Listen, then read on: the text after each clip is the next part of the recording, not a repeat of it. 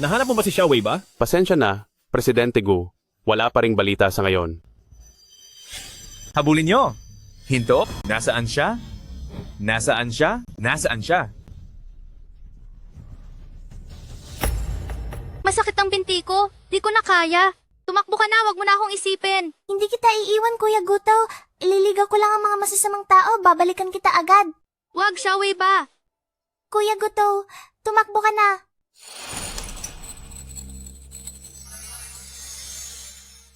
Kuya, nandito siya. Hinto sabi? Huwag kang tumakas. Kuya, nandito siya, kuya. Huwag nyo lang hahayaang mahuli ko kayo. Dahil siguradong magdurusa kayo sa akin. Tatakas ka pa ha? May suot na kwintas na buwan si Xiaowei ba? Dagdagan ng mga tao, siguraduhin ninyong mahahanap siya. Masusunod, Presidente Gu. Presidente Gu, sabi ng matandang ginang na ngayon din. Agad-agad, pumunta raw kayo sa kanya. Bitawan mo ako. Hinding-hindi ako pakakasal sa lalaking yan na si Bai Chuan. Li Xingyue, akala mo ba talaga gusto kang pakasalan ni Brother Chuan? Kung hindi lang dahil sa masamang nanay mo na nag-iwan ng testamento, na kailangang mag-25 taon ka muna at makasal, bago makuha ang mana, kahit sulyap ay di gagawin ni Brother Chuan dahil nasusuka siya sa'yo. Pamana ito sa akin ni Mama. Wala kayong karapatang pakialaman to. Kahit anong mangyari, hindi ko hahayaang makuha nyo to. Lapastangan. Ako ang tatay mo. Ang iniwan ng nanay mo sa'yo ay para sa akin din. Ngayong araw, dapat matuloy ang kasal na ito. Pagkatapos niyan, wala na akong pakialam kung saan ka mapunta. Ilayo niyo siya. Hindi maaari. Kailangan kong makahanap ng paraan para tumakas. Bitaw, Ang babaeng yan, hulihin niyo siya. ayaw kong magpakasal ng sapilitan.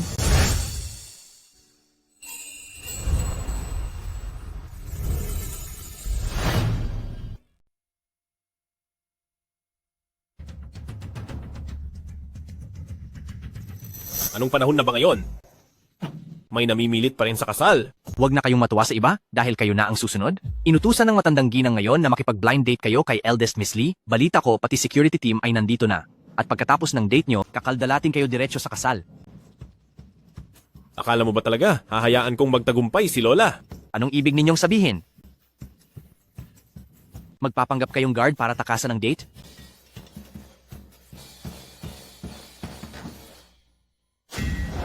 Ikaw na bata ka. Ngayon ay kailangan mong pumunta sa blind date na inayos ko. Special Assistant Han, aalis na muna ako. Kunin niyo siya at ibalik dito. Wala akong kinalaman diyan. Wala akong alam.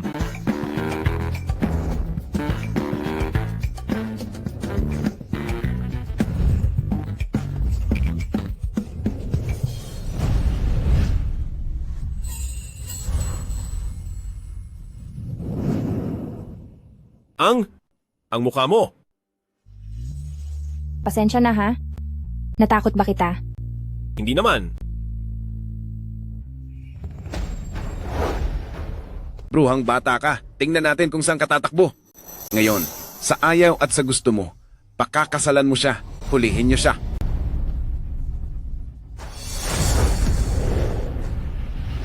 Li Xingyue, huwag ka nang magmagaling pa.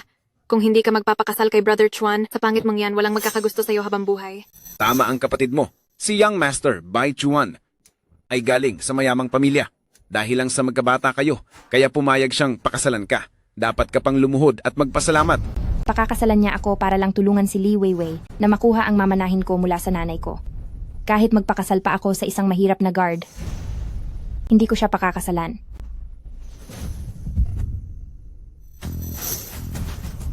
Gusto mo ba akong pakasalan? Kapag nakuha ko na ang marriage certificate, makukuha ko na ang pamana ng nanay ko. Hahatiin ko yun sa'yo. Pumapayag siya. Lola?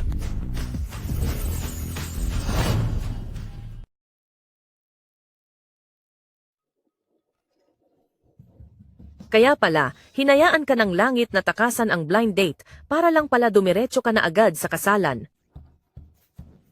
Sumunod ka na lang sa plano ng langit, tingnan mo, ang ganda, nakakuha ka agad ng asawa. Lola, gusto niyo ba talaga na pakasalan ko ang ganoong? Ikaw talagang bata ka? Kapag hindi mo siya pinakasalan ngayon, Mawawala na ako sa mundong to. Sige na nga, pagbibigyan ko muna si Lola. Kapag nahanap ko na ang hinahanap ko, hihiwalayan ko rin siya. Li Xingyue, nakita mo ba? Kahit isang hamak na security guard, ayaw kang pakasalan. Kung matalino ka, sumunod ka na lang sa amin pabalik. Sino ang nagsabing hindi ako payag? Mahal ko, tara na, at magpakasal. Ganyan dapat? Hindi pwedeng hayaang si Lee Xingyu ay makasal sa iba. Kung hindi, mahihirapan na tayong makuha ang mana ng nanay niya. Tara na, asawa ko. Hinto. Lee Xingyue, wala kang pupuntahan ngayon. Dapat kang makasal kay Bai Chuan. Mga tauhan, hulihin siya. Tingnan natin kung sino ang magtatangkang humipo kay mga Gu.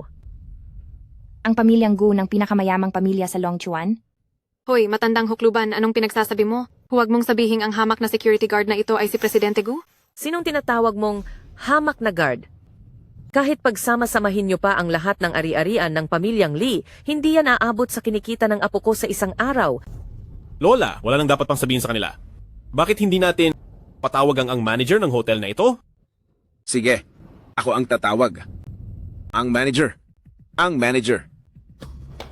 Ano pong nangyari, President Lee? Ilabas nyo ang 2 pulubing ito na nakikihati lang sa pagkain. Paalisin nyo sila. Presidente Gu, nandito po pala kayo. Patawad at hindi ko kayo agad nasalubong. Presidente Gu, ang hotel na ito ay pagmamay-ari ng Gu Group. Ibig bang sabihin, ikaw ang pinakamayamang tao, si Presidente Gu. Pinakamayaman?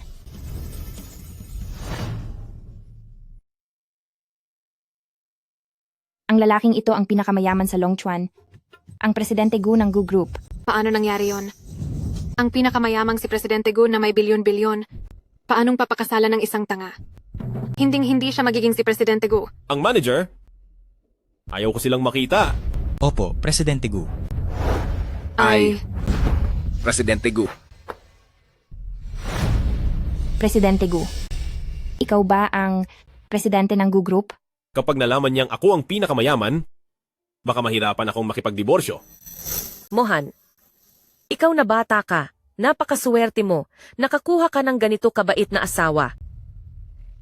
Pagkatapos ninyong magpakasal, ipaghahanda kayo ni Lola ng isang marangyang kasal. Tayong mga pamilyang Gu, maraming pera. Lola, ano po? Wala na silang lahat. Huwag na po kayong magpanggap. Saan naman tayo kukuha ng pera para sa kasal na yan? Nagpapanggap? Ang ibig mong sabihin, nagpapanggap ka lang kanina? Hindi ka si Presidente Gu? Paano si ang manager? Si ang manager. Kaibigan ko siya. Sa magkakaibigan, normal lang na tawaging Presidente Gu para magmukhang mayabang. Kaya ano? Akala tuloy, nila ay presidente ako? Ayaw ko lang mapahiya? Kaya di ko na itinama. Ganoon ba? Sabi ko na nga ba, paanong ang pinakamayaman ay pakakasalan ang pangit na tulad ko? Ikaw na bata ka? Ano itong kalokohang ginagawa mo? sabi ko na nga ba, paanong ang mayamang si Presidente Gu ay kakampi sa pangit na si Lee Xingyue? Ang pangit na yan. Ang lakas ng loob magpanggap? Humanda kayo sa akin.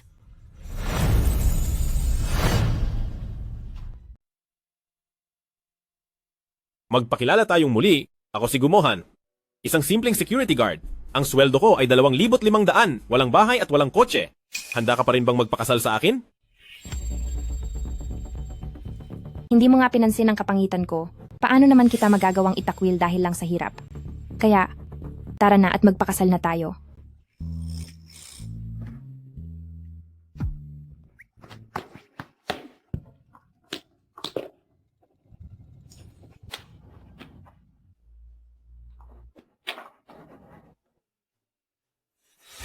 Diyos ko, ang pangit na babaeng yan. May nagpakasal pa pala. Ang gwapo pa naman ng asawa niya. Sa sobrang pangit niya. Di ba siya? Natatakot na makagulat ng tao. Singkit na mata, pango na ilong, ang pangit mo na nga, nagawa mo pang mamintas ng iba? Magsalita ka pa ng isa? Ididirekta kita sa kasong panlalait. O sige lang. Salamat ha. Ano? Hindi kita tinutulungan. Huwag kang mag-isip ng kung ano-ano. Mohan? Kinasal ka na? Bilis, patingin na ako agad. Maganda ba ang asawa mo para mabihag ang isang tulad mong napakalamig ang puso? Patingin ako. Tabi diyan, tabi. Grabe. Ang pangit naman.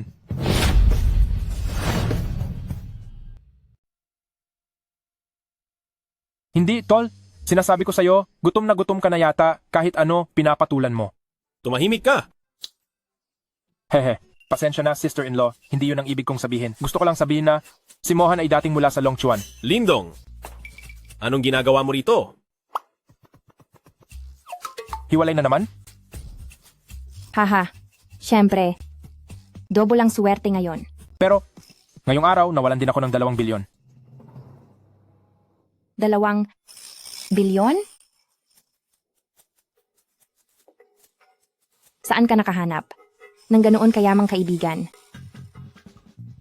Hehehe, ito kasi. Itong kaibigan ko, gumagawa ng short drama. Hindi pa siya nakakalabas sa role niya. Anong binubulong-bulong nyo? Sinabi ko sa kanya na wala akong pera. Huwag kang magbubuko. Oh, Lindong, hindi ba may gagawin ka pa? Mauna ka na. Sige. Kung ganoon, sister-in-law, aalis na ako? Babye. Ang buting bata. Hindi madali ang pinagdaraanan niya. Pasensya ka na. Ayos lang na iwasan ako dahil pangit ako, pero nadamay ka pa at napahiya sa harap ng kaibigan mo. Oh, sa totoo lang, sa tingin ko, Huwag kang mag-alala. Magtatrabaho ako ng mabuti para buhayin kita. ako ba tong binubuhay niya? Ano bang tingin sa akin ng babaeng to? Kapag nahanap ko na si Xiaowei ba, makikipaghiwalay na ako sa babaeng ito. Ito ang phone number ko. Mahal kong asawa, tawagan mo ako mamayang hapon.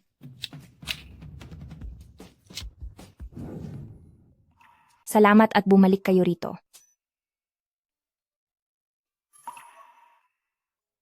Hirap na hirap pa naman akong makahanap ng trabaho, hindi to dapat makita ng boss ko.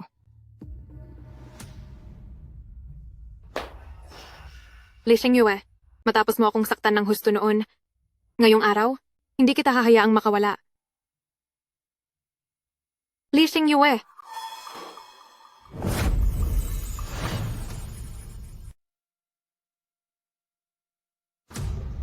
Ilang araw din tayong di nagkita.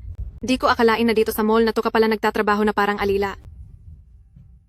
Li Weiwei, kung ayaw mong masaktan, umalis ka na agad dito. Lumayo ka sa paningin ko. Naghamon ka pa? Si Brother Chuan ay isa sa mga shareholder ng mall na to, at ako ang fiancé niya. Kaya mag-ingat ka, baka mawalan ka ng trabaho. Gusto ko yung bag na nasa pinakataas. Kunin mo yun para sa akin.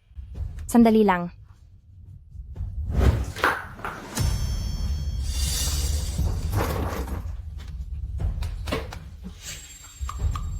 Alin ba talaga dito ang gusto mo? Yung nasa kanan. Ay, yung nasa kaliwa pala. Ito ba?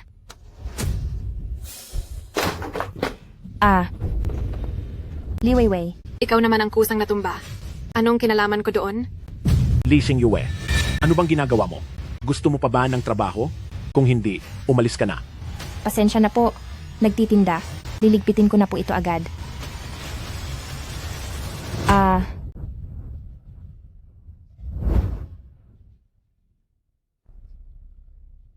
Naku, nagtitinda. Tingnan mo, isang empleyadong ganyan ang itsura sa sales. Baka matakot lang ang mga customer niyo. Ang pangit nga ng babaeng ito. Bitawan mo ako. Kaya pala ang haba ng bangs niya. Pampatakip lang pala ng itsura. Kung pangit ang itsura, wag nang magtrabaho para hindi mapahiya sa harap ng marami. Sa itsura niyang yan, paano siya nagkaroon ng lakas ng loob na maghanap ng trabaho dito? Ganyan na nga ang itsura. Makapal pa ang mukha niya, di ba? Tama ka. Ay, oo nga pala. Nagtitinda. Ang babaeng yan, may problema sa isip. Baliw yan dati. Paano kung bigla siyang magwala rito? Baka matakot ang mga customer niyo? Pangit na nga. Baliw pa. Hindi ito charity. Makaalis ka na. Li Xingyue, lumuhod ka lang sa harap ko. At humingi ng tawad ng paulit-ulit. Pagsasabihan ko si nagtitinda na manatili ka. Siguraduhin mong di mo pagsisisihan ito.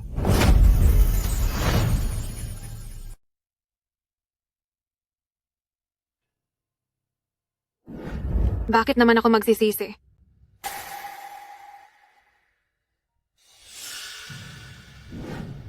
Oo.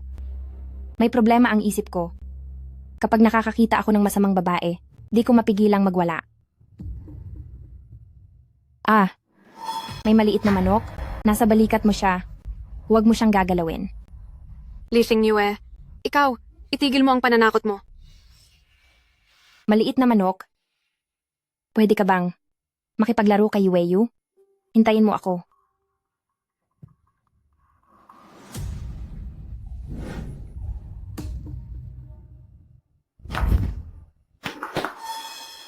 Li Xingyu, huwag mong isiping matatakot mo ako. Anong drama to? Di ako naniniwalang kaya mong... Tinatakot mo siya. Maliit na manok. Huwag kang mag-alala. Siguradong dahan-dahang. Tatapusin ka ni Yueyo. Huwag kang lalapit. Huwag kang tatakbo. Li Xingyue, baliw ka na. Maliit na manok. May tao ba riyan? Ang kita natin ngayong taon ay numero 1 pa rin sa buong bansa. Saklolo. Maliit na manok.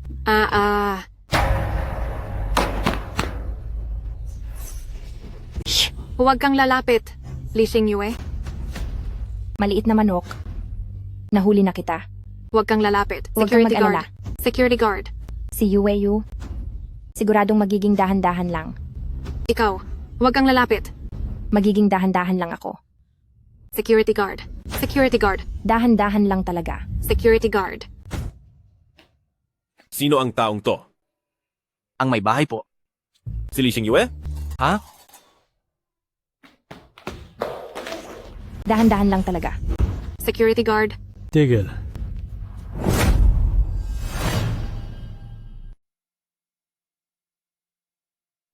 Anong nangyayari dito? Tulong. Gusto akong saktan ng baliw na to. Ikaw, bilisan mo, hulihin mo siya. Ang manager, huwag po kayong magkamali. Ito, may sakit sa isip ang kapatid ko. Kapag hindi ko siya sinabayan sa laro niya, nagsisimula siyang magwala gamit ang kutsilyo. Sinungaling ka, Li Xingyue. Sinubukan mo akong saktan gamit ang kutsilyo kanina. Bilisan mo at hulihin mo siya. Ang manager, tingnan niyo po. Sa aming dalawa, sino ang mukhang mas may sakit sa isip? Ito, parang ikaw yata yon. Idilat mo ng maigi ang mga mata mo at tingnan mo. Ako ang ikalawang binibini ng pamilyang Li. Ang fiancé ko na si Bai Chuan ay shareholder ng mall na ito. Gusto mo bang sa isang saglit lang sisantahin ko kayong lahat? Opo. Ikalawang binibini.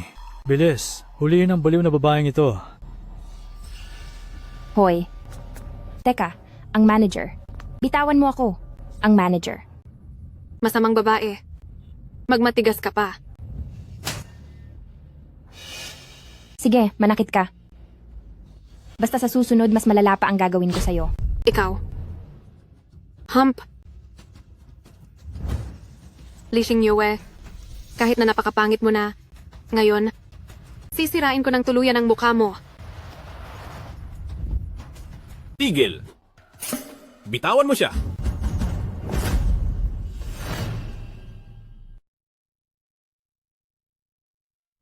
Tigil! Bitawan mo siya. Mahal ko. Li Xingyue, di ko akalaing papangit ka ng ganyan at mayroon ka pang mahirap na asawa na mahal ka. Pero ngayong araw, ako ang masusunod. Palayasin niyo sila. Gusto kong makita ng lahat ng mga tao rito sa mall. Kung gaano kaawa-awa ang dalawang ito habang itinatapon palabas. Itong mall na to, sa pamilya mo ba to? Siyempre naman, ang fiancé ko na si Bai Chuan ay isang shareholder ng mall na ito. Ganito na lang, Li Xingyue. Kapag lumuhod ka at nagmakaawa sa akin, pag-iisipan ko kung palalagpasin ko kayo ng asawa mo. Ano, payag ka ba? Pwe? Li Weiwei, manigas ka sa panaginip mo. Sinasabi ko sa'yo, ayokong saktan mo ako. Pero ngayong araw, kapag sinubukan mong saktan ang asawa ko, hindi ako magdadalawang isip na harapin ka. Tutal, hindi naman mapaparusahan ang isang baliw kung may magawa man siyang masama. Sa ganitong pagkakataon, iniisip pa rin niya na protektahan ako. Tingnan natin kung hanggang kailan ka magmamatigas. Kumilos na kayo. Palayasin sila. Kung may lakas kayo ng loob, subukan nyo. Ikalawang, binibini. Hayaan mo na kaya sila. Mukhang may sinasabi. Ang lalaking iyon. Isa lang siyang mababang guwardiya. Ano namang dapat ikatakot sa kanya? Bakit? Gusto mo na rin bang mawalan ng trabaho? Gusto mo bang sa isang tawag ko lang mapapaalis na rin kita rito sa mall? Palayasin sila. Tingnan ko lang kung sinong mangahas. Nababaliw ka na ba? Siya si Presidente Gu. Si Presidente Gu?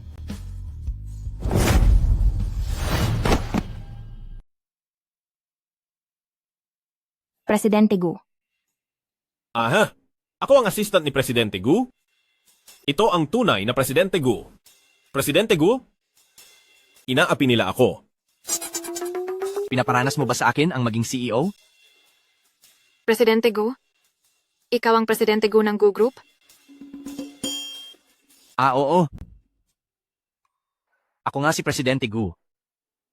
Kayong dalawa, inaapi niyo ang assistant ko, no? Gusto niyo bang malagot? Pasensya na, Presidente Gu. Kahit bigyan mo pa ako ng lakas ng loob, hindi ko pahihirapan ang mga tao mo. Ang sarap pala sa pakiramdam ng maging isang CEO. Siya ba talaga si Presidente Gu? Akala ko ay kumuha ka lang ng magpapanggap. Huwag kang mag-alala. Tunay na Presidente Gu yan. Hindi ko akalain na ang asawa ng babaeng ito ay assistant lang pala ni Presidente Gu. Presidente Gu? Patawad po. Paalisin nyo. Ang dalawang ito. Gusto kong makita ng lahat ng tao. Sa mall na ito, ang pinakakahiyahiyang itsura nila. Xiao Gu, kumalma ka. Ang lahat ipaubaya mo sa akin. Kayong dalawa, naglakas loob kayong apihin ang assistant ko? Kalad ka rin niyo silang dalawa. Palabas, ipakita sa buong mall ang pinakakahiyahiyang itsura nila. Gawin niyo na.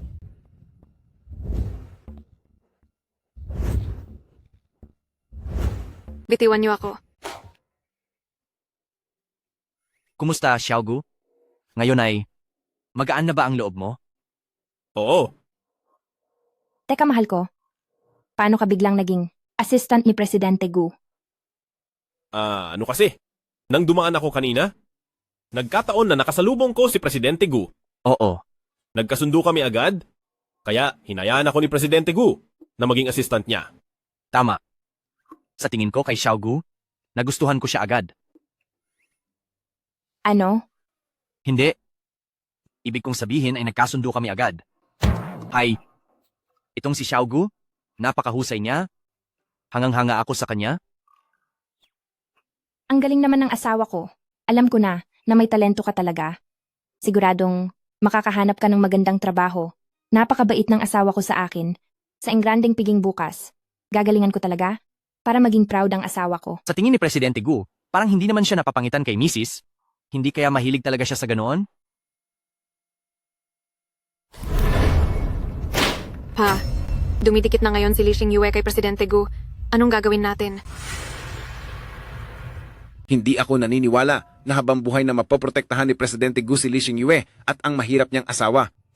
Ganito, bukas ay mayroong isang napakalaking piging. Sumama ka sa akin. Sa pagkakataong iyon, maging matalino ka, lumapit ka kay Presidente Gu. Ano? Papa.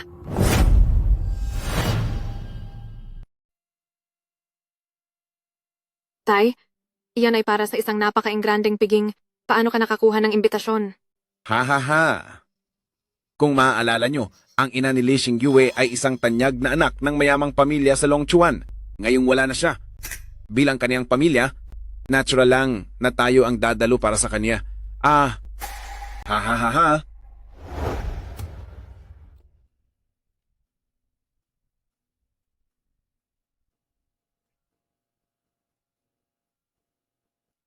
Napakaganda mo ngayon.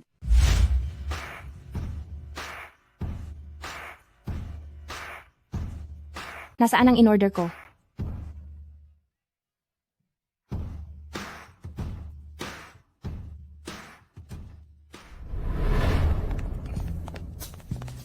Presidente Gu.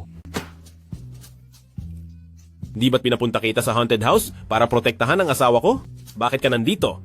Biglang nag-leave ang Ginang. Di ko rin alam kung saan siya nagpunta. Di ba natatakot kayo na baka makita ng mga players ang mukha ng Ginang at baka apihin siya? Sinasabi ko sa inyo, hinding-hindi mangyayari yon. Sa sandaling makita nila ang mukha ng Ginang, sa sobrang gulat, siguradong mawawalan sila ng malay. Hay, nagsasabi lang naman ako ng totoo. Uy, bakit narito ang dalawang yan? Mukhang kinuha nila ang slot ng Ginang at ginamit ang pangalan ng ina niya para makapasok dito. President Lee, siya na ba ang anak niyo kay eldest Miss Sue? Kasing ganda nga siya ng kaniyang ina. Nagkakamali ka. Ito ang bunsong anak ni President Lee. Ang panganay ang tunay na anak ni President Lee at ni eldest Miss Du. Balita ko ang anak na yon ay tanga na, pangit pa. Ay, parang nasayang lang ang ganda ng jeans ng ina niya. Sabi ko na nga ba kung bakit di ko siya nakikita? Dahil pala sa sobrang pangit niya, takot siyang magpakita. Ha ha ha. Kumalam ka. Sinong may sabing takot akong pumunta?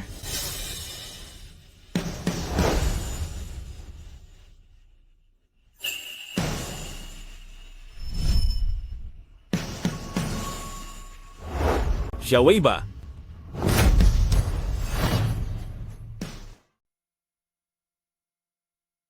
Si Lee Xingyue ba talaga? Ang siyang Xiaowei ba?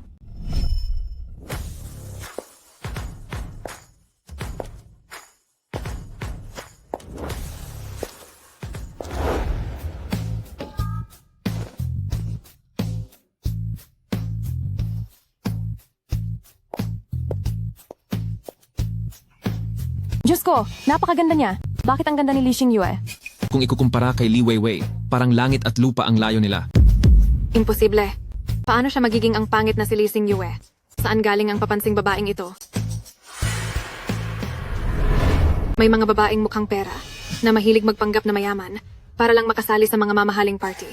Nagpapanggap kang kapatid ko dahil lang gusto mong humanap ng mayaman at mangakit ng lalaki. Pero nagkamali ka ng kinalaban. Sinong hindi nakakaalam na ang kapatid ko ay pangit na at tanga pa? Ilang araw lang tayong di nagkita. Naging bulag ka na agad? O baka naman, kailangan ko pang ipaalala noong 7 na taong gulang ka at nadumihan mo ang pantalon mo para lang makilala mo ako. Tumahimik ka. Nandito si Papa. Imposible bang hindi niya makilala ang sarili niyang anak? Isa kang peking mapagpanggap. Tama. Hinding-hindi siya ang anak ko. Security guard. Ang masamang babaeng ito na nakisali lang, paalisin mo siya ngayon din.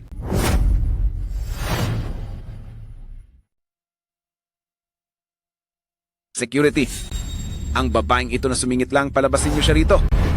Ano pang tinitingin-tingin nyo riyan? Nandito ba kayo para lang manood? Oh, sandali. Anong ginagawa nyo? Siya ang pinaka-importanting bisita para sa gabing ito. Tingnan natin kung sinong manghas na hawakan siya. Lahat kayo, huwag kayong magpapalin lang sa masamang babaeng ito. Mandaraya, anong ebidensya mo na ikaw nga si Lee Xingyue? Ang mukha kong ito, sapat na para patunayan na ako si eldest Miss Sue, ang anak ni Suro. Tama siya. Ang mukhang iyan. At ang dating eldest Miss Sue. Talagang magkamukha ang bawat detalye. Kasing ganda siya ng kanyang ina, siguradong hindi ito nagkakamali. Huwag kayong maniwala sa kanya. Sabi ng nagbenta ng gamot noon, ang nasa mukha niya ay hinding-hindi na matatanggal. Tatay, bakit mo sinabi ang lahat? Bakit napakasama ng lalaking ito, maging ang sarili niyang anak, nagawa niyang lasunin? Li Qingshan, dapat pa yata akong magpasalamat sa makabagong laser technology ngayon dahil naayos ang mukha ko. Kung hindi, magtatagumpay ang isang masamang tao na tulad mo sa iyong masamang balak. Lee Xingyue, ikaw ay isa lamang. Isa kang kahiyahiyang anak sa labas. Anong karapatan mo rito para magsisigaw ng ganyan? Bruha, naglakas loob kang saktan. Bakit? Bawal ba kitang saktan? Kailangan pa ba ng tamang petsa? Suwail na anak, sinira mo ang reputasyon ng pamilyang Lee. Ako mismo ang magpaparusa sa'yo ngayon.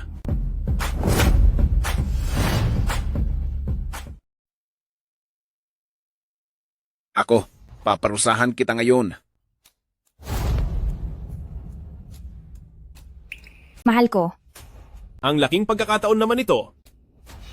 Ang taong dapat lumabas dito ay ikaw? Bitawan mo ako. Isa ka lang namang asistente ng Presidente Gu. Anong karapatan mong saktan ako? Ako ang nagbibigay ng karapatan. Bakit? Ngayon din, lumuhod ka at humingi ng tawad sa asistente ko. Kung hindi, tatapusin ko ang pamilyang Lee. Ngayon din. Ikaw, Papa, natatakot ako. Umalis na muna tayo. Bitawan mo ako. Aray! Ang sakit. Bitawan mo ako. Hihingi na ako ng tawad.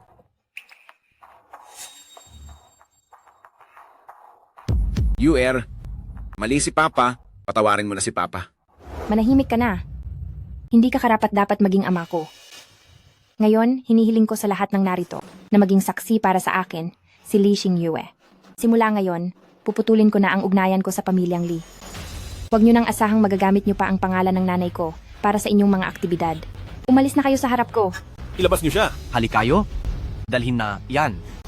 Hoy, bitawan niyo ako. Sa wakas, dumating na naman ang oras para umasta akong parang CEO. Kung siya nga talaga si Xiao Wei ba? Siguradong mayroon sa leeg niya na balat. Mahal ko, anong nangyari sa'yo?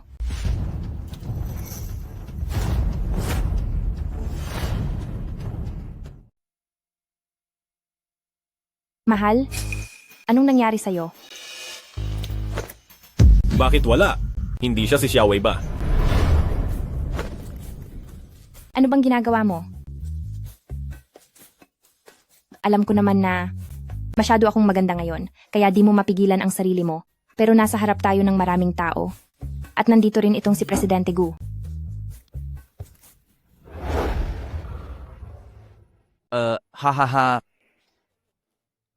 May kailangan pa pala akong gawin? Mauna na muna ako. Xiaogu, galingan mo ha? Ano? Kanina? Hindi yun ang ibig kong sabihin.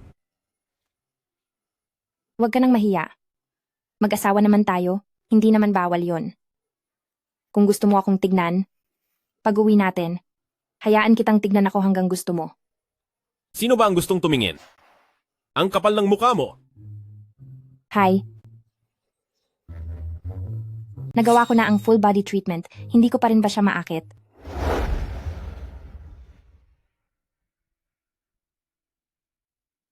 Dahil magsisimula ako muli, dapat ay lubusin ko na. Tulungan niyo akong tanggalin ang marka sa likod ko. At isabay niyo na rin ang full body treatment. Sige po.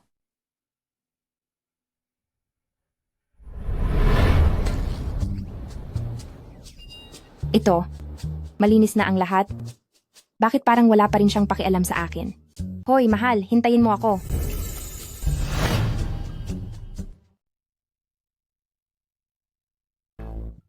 Presidente Gu, congrats.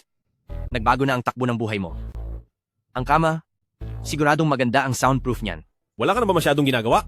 Gusto mo bang ipadala kita sa India branch? Para doon ka magsanay. Masyadong malambot ang balat ko. Paano kung magustuhan ako ng mga tao roon? Wala na akong magagawa. Uy, mahal ko. Presidente Gu, di ba may trabaho ka pa? Mauna ka na. Sige. Galingan mo ha. Para ma-promote ka at madagdagan ang sahod mo. Alis na ako. Asawa ko. Bakit? Ilang araw ka pa lang sa trabaho, di ba? Mukhang mabait sa'yo si Presidente Gu. Si Presidente Gu. At ako ay parang matagal nang magkakilala. Uwi na tayo. Sige. Mahal ko, itong relo na to, ito ba ang Jiangxi ka dun? Milyon-milyon ang halaga nito, di ba? Itong relo na to, sa tabi-tabi lang binili. 50 piso lang. 50 lang. Ito. Sa tabi-tabi lang to? Saan mo to nabili? Mukhang totoo talaga. Ano? Gutom na ako? Gutom na ako. Uwi na tayo. Sige, pag-uwi natin. Magluluto ako ng masarap para i-celebrate natin. Ang pagturubos natin sa kanila. Sige. Sana nga ay maging ganap ka ng isang magandang swan. Tara na.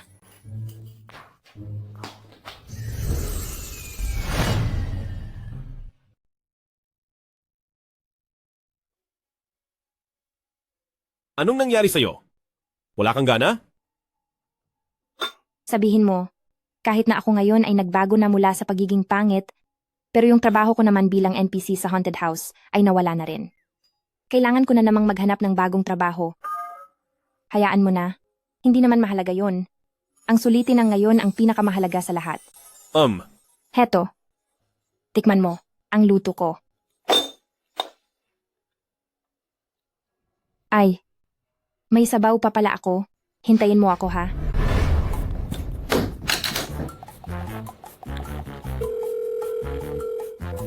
Hello, Presidente Gu. Isisend ko sa'yo ang resume ni Lee Xingyue. Gumawa ka ng paraan para makapasok siya sa design company na nasa ilalim ng Grupo Gu.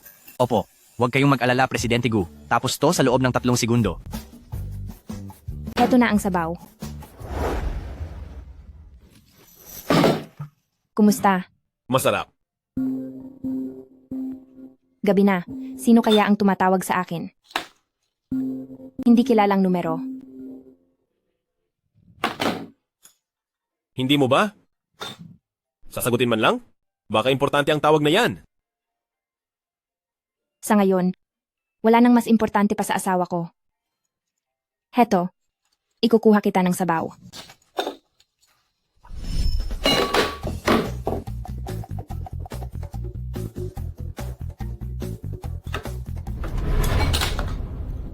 Tikman mo, ang sabaw na to, masarap at fresh talaga.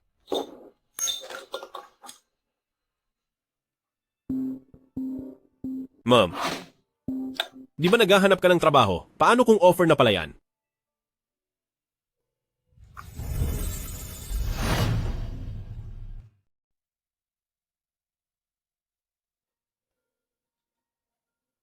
Hello? Kamusta po? Ikaw si Miss Lee Xingyue, di ba? Congratulations sa'yo. Tanggap ka na sa aming STA Fashion Design Department. Kung bakante ka, maaari ka nang magsimula bukas. Sandali lang po. Gusto ko lang pong kumpirmahin. Ang ibig niyo po bang sabihin ay ang kumpanyang nasa ilalim ng Gu Group na design company na STA? Oo, tama. Ang detalye ng iyong job offer ay naipadala na sa iyong email. Sige po. Wow. Ang galing naman. Mahal ko, oh my God, may trabaho na ako at saka isa itong napakagandang kumpanya. Kaya ko na kitang buhayin.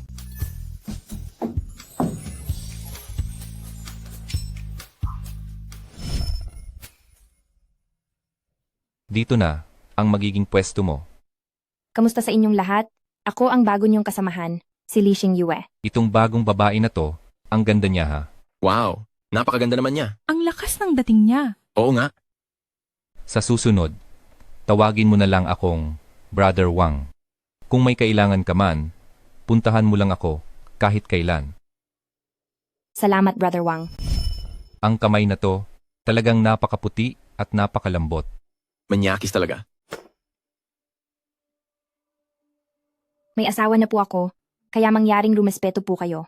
Little Chili, makukuha rin kita balang araw.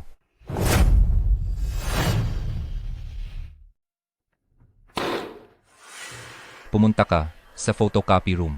I-print mo ang mga dokumentong ito, i-staple mo, at dalhin mo dito sa akin. Ang inaplayan ko ay bilang designer ng kumpanya at hindi bilang utusan mo. Magandang dilag, baguhan ka lang ba sa trabaho? Hindi mo ba alam na ang mga bago ay dapat magsimula sa mga simpleng utos? Huwag mong kakalimutan, ako ang team leader mo. Gusto mo ba paalisin kita sa trabaho? Jax. Kailangan ko pa ang trabahong to para suportahan ang asawa ko. Magtiis ka muna.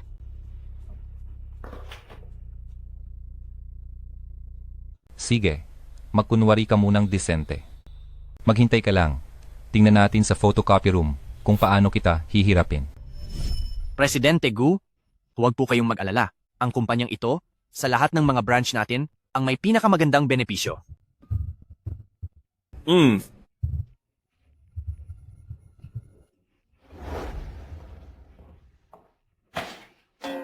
Pinapunta ko si Xingyue dito para mag-designer, para mag-relax lang at mag-enjoy. Hindi para maghirap sa mga kung ano-anong utos. Naintindihan ko po. Ako na ang bahalang mag-ayos nito.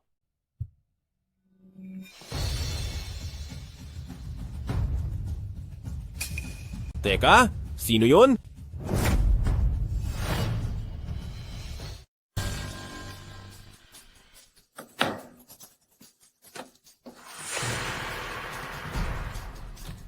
Hi, Little Chili. Anong lola mo? Buisit, bruha ka. Sinuntok mo ako. Bastos. Matagal na kitang tinitiis. Kung susubukan mo pang hawakan ako muli, humanda ka. Tatapusin kita. Ang tapang mo naman. Binibini, sinasabi ko sa'yo. Sa kwartong ito, tayo lang dalawa. Mabuti pang sumunod ka na lang at magmakaawa sa akin. Kundi, mamaya ay di ka na makakaungol sa iyak. Subukan mo lang.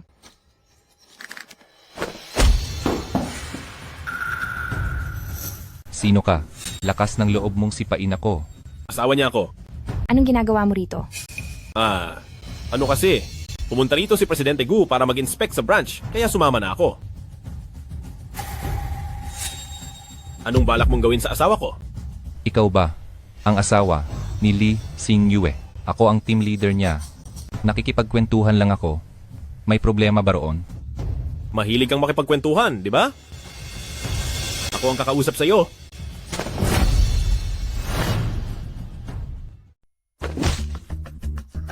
Ang asawa ko, nang hinarap ang mga yun para sa akin. Ang gwapo talaga. Nanakit ka ha? Sige, irereklamo kita. Ay, tama na, tama na. Sapat na ang ilang leksyon sa kanya. Baka kung ano pa ang mangyari sa kanya sa sobrang sakit, tapos perahan lang tayo, paano na?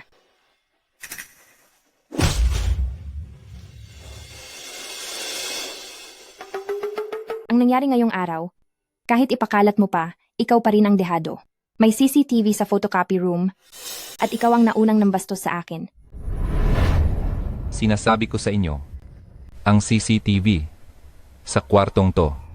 Pinatay ko na, Lee Sing-yue. Mas mabuti pang ikaw at ang pulubi mong asawa ay lumuhod at humingi ng tawad ngayon din. Kung hindi, pagbabayarin ko kayo ng husto. Naku, sa tingin mo ba ay hindi tayo sa unang araw pa lang ng trabaho? Mabaon sa malaking utang? Sinong naglalakas loob na galawin ng tao ko?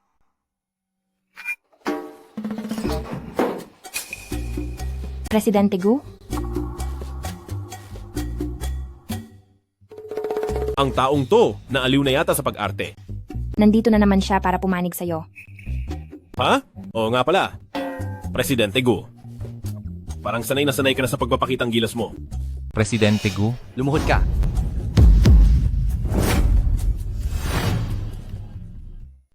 Presidente Gu, ako, hindi ko alam na sa inyo siya.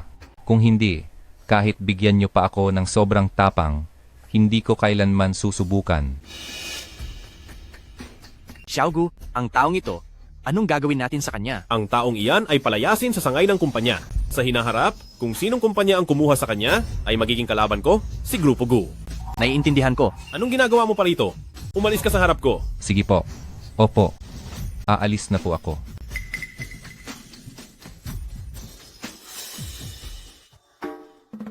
Kayo? Sino ba talaga si Presidente Gu? Presidente Gu, sa tingin niyo po ba, ay sapat na ang ginawa ko? Sobrang ayos. Xiaogu, talagang alam na alam mo ang nasa isip ko. Sabi ko na nga ba, magaling talaga ang batang ito. Salamat Presidente Gu sa pagkilala niyo sa aming simohan. Sa susunod po, pumunta po kayo sa amin para kumain. Pupunta ako. Sige, sige. Xiaogu, hindi na maaga. Tayo na at bumalik sa kumpanya. Oo nga. Sing-yue, may gagawin pa kami. Mauuna na kami. Sige, bumalik ka na sa trabaho. Huwag mong biguin ang tiwala ni Presidente Gu sa'yo. Galingan mo. Dito po.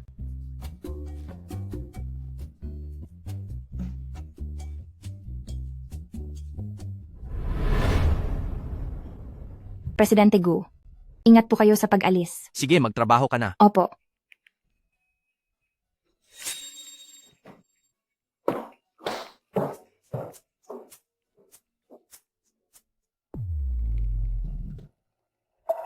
Presidente Gu, iyon ba ang bilyonaryo at pinakamayamang si Gumuhan?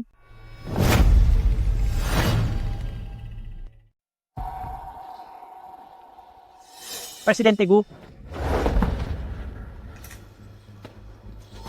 Ate, di kita hinawakan na? Ikaw ang bumangga sa akin. ang dalawang ito, sino ba talaga sa kanila si Presidente Gu? Uy, Presidente Gu! Ayos ka lang ba? Nasaktan ka ba niya? Ayos lang ako. Ha?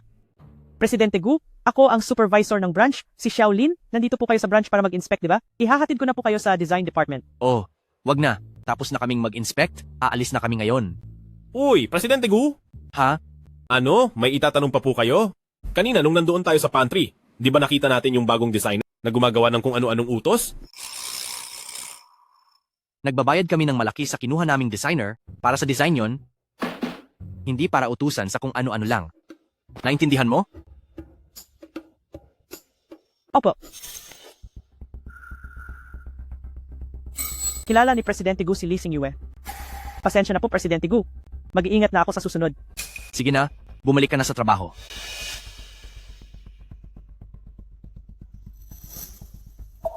Bakit naman magmamalasakit si Presidente Gu sa isang maliit na designer lang? Ano ba talaga ang relasyon nila?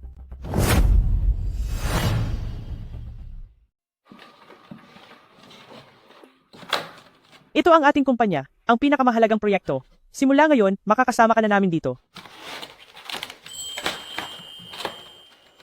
Salamat po, Manager Lin. Gagalingan ko po talaga. Xingyue, ano ba ang relasyon mo kay Presidente Gu? Parang masyado siyang nag-aalala sa'yo. Siguradong ang asawa ko ang nakiusap kay Presidente Gu na alagaan ako. Paano kung sabihin ko, baka maapektuhan siya, anong gagawin ko? Wala kaming relasyon. Nagkataon lang na nagkita kami sa photocopying room noon. Paano namang magiging ganoon kadali yon? Mukhang alam ng babaeng ito na si Presidente Gu yun at gusto rin niyang umakyat sa mataas na posisyon. Napakahalaga ng proyektong ito. Bago pumasok bukas, ibigay mo sa akin ang design proposal. Ay, Manager Lin. Bukas po agad, hindi ba parang masyadong mabilis yon? Hindi nagpapakain ng tamad ang kumpanya. Kung hindi mo kaya, mag-impake ka na at umalis.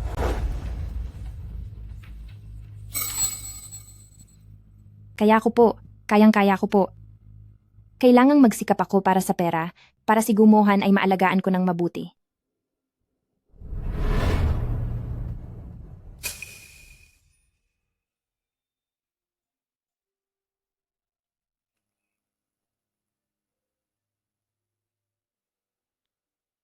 Di ko akalain na kapag gumagawa siya ng design proposal ay magaling din pala siya.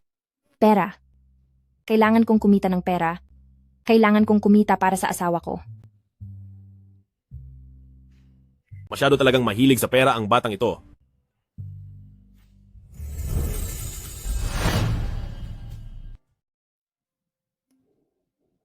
Supervisor, ito ang ginawa kong project design proposal. Sige, iwan mo lang dyan.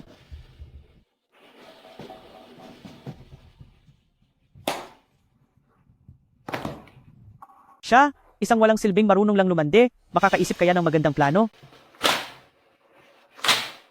Aba, ang babaeng ito, ang ganda pala ng pagkakasulat ng plano niya. Pero, sa akin na ang planong ito.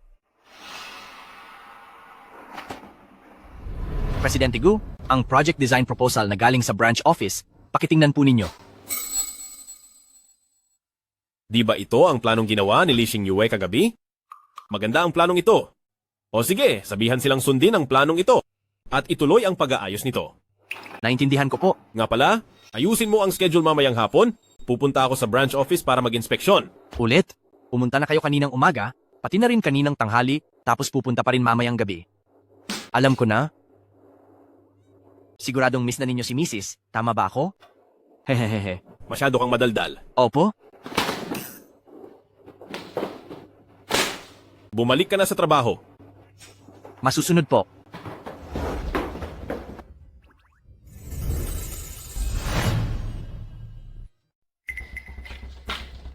Lee Xingyue, nagustuhan ng head office ang planong ito. Ayusin mo pa ito lalo. Talaga? Di ko akalain na ang plano ko ay mapapansin ng head office. Anong plano mo ang pinagsasabi mo? Idilat mo ng maigi ang mga mata mo. Pangalan ko ang nakasulat dito. Manager Lin, ano bang ibig sabihin nito? Pinaghirapan ko ito at puyat na ginawa ang planong ito. Bakit naging sayo na to? Bakit? Di ka ba sang-ayon? Kung ayaw mo, manahimik ka. Anong magagawa mo? Ako ang supervisor mo? Ang tulad mong maliit na empleyadong walang pera at impluensya, dapat ka pang magpasalamat dahil ginamit ko ang plano mo. Hindi ka ba natatakot na isumbong kita? Ay nako, takot na takot ako. Sige, subukan mo lang. Ang tulad mong maliit na empleyadong walang pera at impluensya, karapat-dapat lang na maliitin ko. Gusto mo pa ba akong agawan ng lalaki? Anong tinitingin-tingin mo? Sino bang nangaagaw sa'yo? May asawa na ako. Kung ganon, lalo kang dapat mag-ingat. Sabihin mo, paano kung ang tungkol sa inyo ni Presidente Gu na pagiging malapit sa isa't isa ay isumbong ko sa asawa mo? Tingin mo ba magiging maayos pa ang buhay mo? Kung matalino ka, bilisan mo at tapusin mo na ang plano para sa akin. Narinig mo ba? Bitawan mo ako.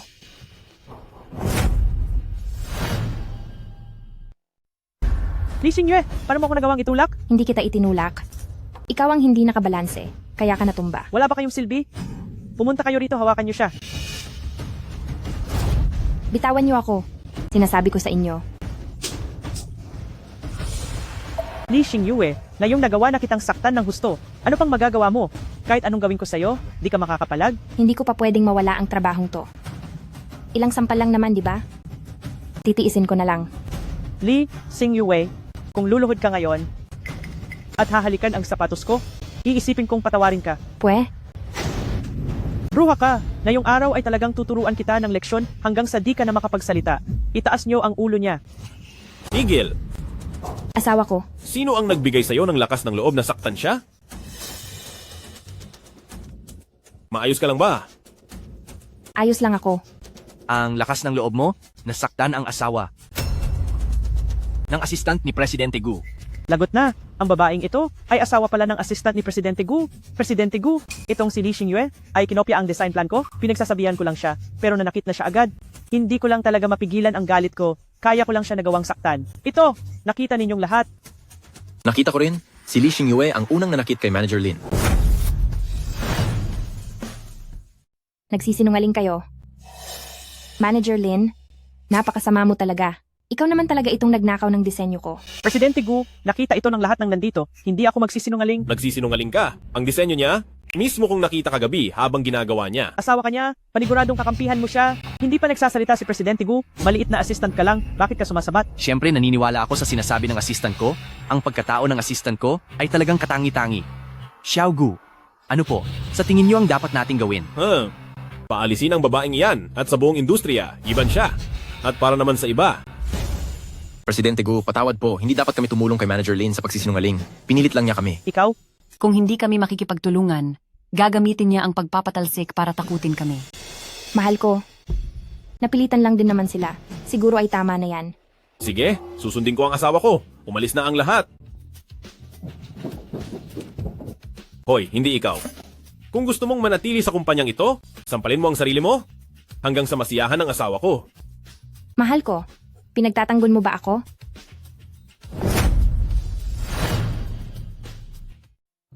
Presidente Gu, alam ko na talagang nagkamali ako. Di ko na ito uulitin kailanman. Patawarin mo na ako sa pagkakataong ito. Magsalita ka ng maayos, huwag mo akong hawakan. Di mo ba narinig? Ang sinabi ng assistant ko, sampalin siya hanggang sa masiyahan. Ang asawa niya. Wala ka talagang modo. Naglakas loob kang galawin si Ginang Gu, kahit sino pa ang dumating, ay di ka maililigtas. Mahal ko. Sa harap ba ni Presidente Gu natin gagawin to? Hindi ba ito masyadong sobra? Noong ginalaw ka niya, kinalaban na rin niya ang kumpanya. Kung hindi lang siya babae, gusto ko talagang ako mismo ang sumampal sa kanya. Ganoon pala ako kahalaga sa puso mo, mahal ko. Aray.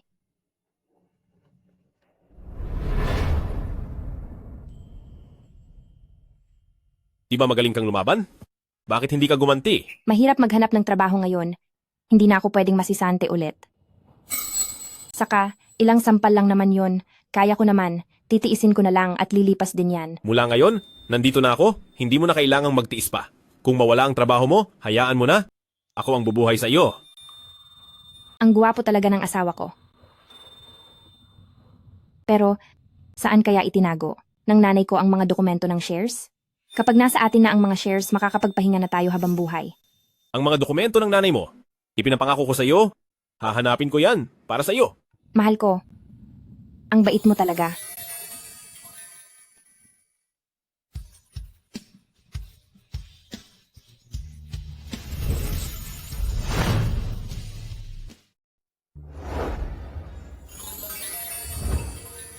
Ano? Ako? May trabaho pa ako? Hoy hoy, bakit ka tumatakbo? Nahihiya ka ba? Ang cute mo naman pala.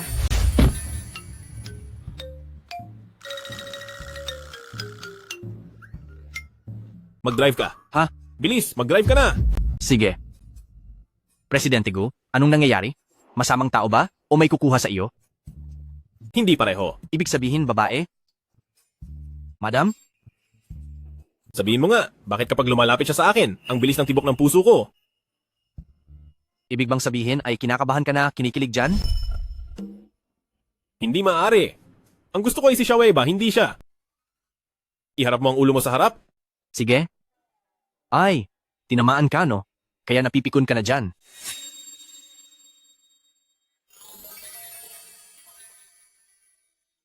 Kung ikaw lang sana si Shaweba, napakaayos sana. Li Weiwei, anong ginagawa mo sa bahay ko? Gusto mo na naman bang mapahiya? Nandito ako ngayon para sa isang mahalagang bagay. Ito na ba ang manang iniwan sa'yo ng nanay mo? Akala ko pa naman napakalaking halaga nito. Isa lang pala itong luma at sirang bahay. Itong sirang bahay na to, mas maliit pa sa banyo ng kwarto ko. Sabihin mo na ang sasabihin mo. Bilisan mo at huwag nang magpaligoy-ligoy pa. Noong nakaraan, ikaw at ang asawa mo, gamit ang impluensya ni Presidente Gu, pinalayas niyo kami ni Papa mula sa banquet hall, kaya naman bumagsak ang halaga ng stocks namin. Dahil yon sa inyo. Talaga?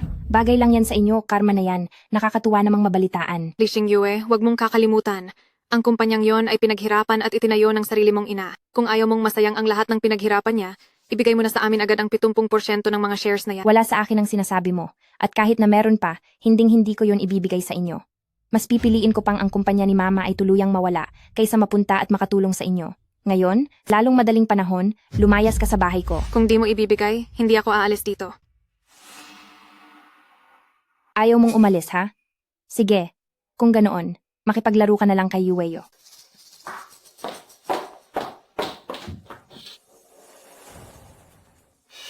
Halika rito. Nandito na si Yueyo. Nandito na si Yue. Li Xingyue, seryoso ka ba talaga? Bakit? Sa tingin mo ba nagbibiro ako?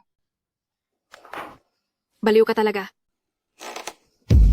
Li Xingyue, akala mo ba talaga gano'n ako katanga para pumunta rito ng mag-isa? Ngayong araw, kapag di mo ibinigay ang mga share, huwag mo nang asahang makaalis pa. Di ko dapat hayaang makita nila na natatakot ako. Ay, may dumating pang 2 sisiw. O siya, sabay-sabay tayong maglaro. Ganito, ipikit mo na ang mga mata mo, Yueyu, at magbilang ka hanggang 10. Kung sino ang mahuli, siya na yon. 1, 2. Parang di naman siya nagpapanggap. Ito ay. Kuya, kapag nanakit ang baliw na yan, walang babayaran ang insurance. Nagpapanggap lang ang babaeng ito, bakit nakatanga lang kayo riyan? Tulungan niyo akong hulihin siya. Miss Lee, di namin tatanggapin ang trabahong to. Ikaw na lang ang humuli sa kanya. Alis na tayo. Hoy, bumalik kayo rito. Mga duwag talaga kayo. Siyam na po. O ikaw na lang pala ang natitira. Ngayon, anong gagawin natin? E di si Yueyu ay ikaw na lang ang kailangang ayusin. Li Xingyue, napakasama mo talaga. Masama na ba ako nito? Kung talagang masama ako, dapat noon ka pa naparusahan ng husto. Kasalanan mo yan kaya dapat mo yang pagbayaran.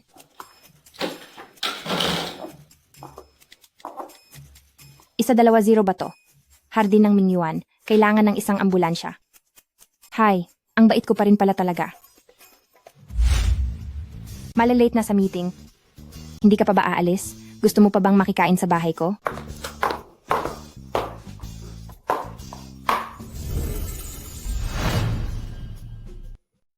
Pa, tingin mo ba ang babaeng yon na si Li Xingyue ay babalik ng kusa? Binugbog niya ako ng malala nung huli, kaya dapat mo akong tulungang makaganti. Huwag kang mag-alala. Ang batang yon na si Li Xingyue, ang nanay niya ang pinakamahalaga sa kanya. Nangako na siya sa akin at kapag nagkamali siyang hindi bumalik, itatapon ko ang abo ng nanay niya kung saan-saan. Li Qingshan, huwag mong susubukan. Ang abo ng nanay ko, ibigay mo na sa akin ngayon din. Ibigay mo muna sa akin ang 70% ng share sa kumpanya na iniwan sa'yo ng nanay mo. Sinabi ko na sa'yo, wala akong nakitang kahit anong share. Ang tanging iniwan sa akin ng nanay ko ay isang bahay na box lang. Huwag ka nang magpanggap. Kung wala sa'yo ang pamanang yon, kanino pa mapupunta yon? Pa, huwag na tayong makipagsalitaan sa kanya. Hulihin na natin siya agad at ibigay kay President Jiang. Baka sakali, bigyan pa tayo ng pera para sa gastusin natin. Sige. Dahil ayaw mong ibigay ang mga share para iligtas ang kumpanya, ngayong araw ay ibibigay kita sa President Jiang ng Tianyun. Lumabas na kayo. Hoy bata, naloko mo kami noong huli sa pagpapanggap mong baliw. Ngayon, hindi ka na namin hahayaang makatakas pa. Akala nyo ba talaga tanga ako? Napupunta ako rito ng walang kahandaan.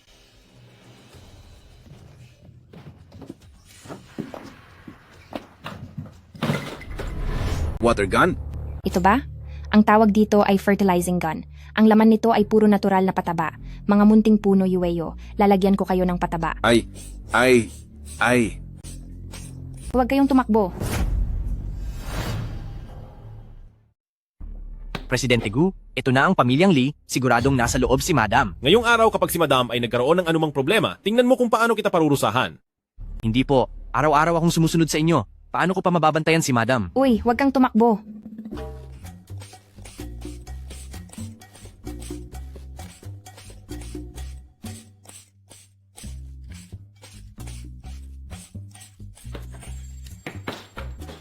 Presidente Gu, bakit amoy dumi ng tao?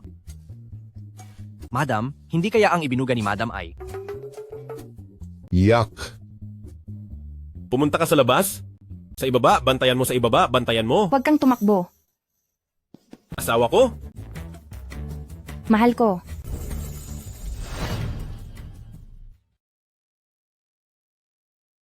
Mahal? Oh? Oh. Wala to. Sa totoo lang, peanut butter lang to na hinaluan ng sabaw ng mabahong tofu. Talaga? Siyempre, biro lang. Gagamit ba talaga ako ng totoo? Ang dumi kaya nun. Bilis, tulungan mo akong tanggalin to. Lee Xingyue, dumating man ang asawa mo. Ano naman ang magagawa niya? Isa lang siyang hamak na assistant sa tabi ni Presidente Gu. Kapag wala ang backup ni Presidente Gu, ano na lang siya? Sigurado ka ba talagang assistant lang ako? Tingnan mo nga yung suot mo. Suit na galing lang sa Shopee. Huwag mong sabihing ikaw si Presidente Gu. Nagkataon nga. Ako nga siya. Hemp, ano bang pinagmamalaki mo? Sino ba namang hindi nakakaalam na isa ka lang hamak at mahirap na assistant sa tabi ni Presidente Gu tapos sasabihin mong ikaw si Presidente Gu? Kung ikaw si Presidente Gu, ako na sana si Mrs. Gu. Hay, ikaw talagang bata ka. Pinapayuhan kita. Makipaghiwalay ka na sa lalaking yan.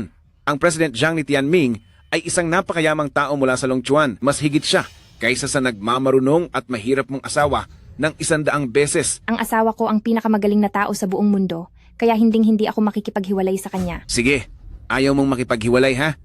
Ngayong araw, kayong dalawa, huwag nyo nang asahan na makakalabas pa ng pintong ito. Talian nyo silang dalawa.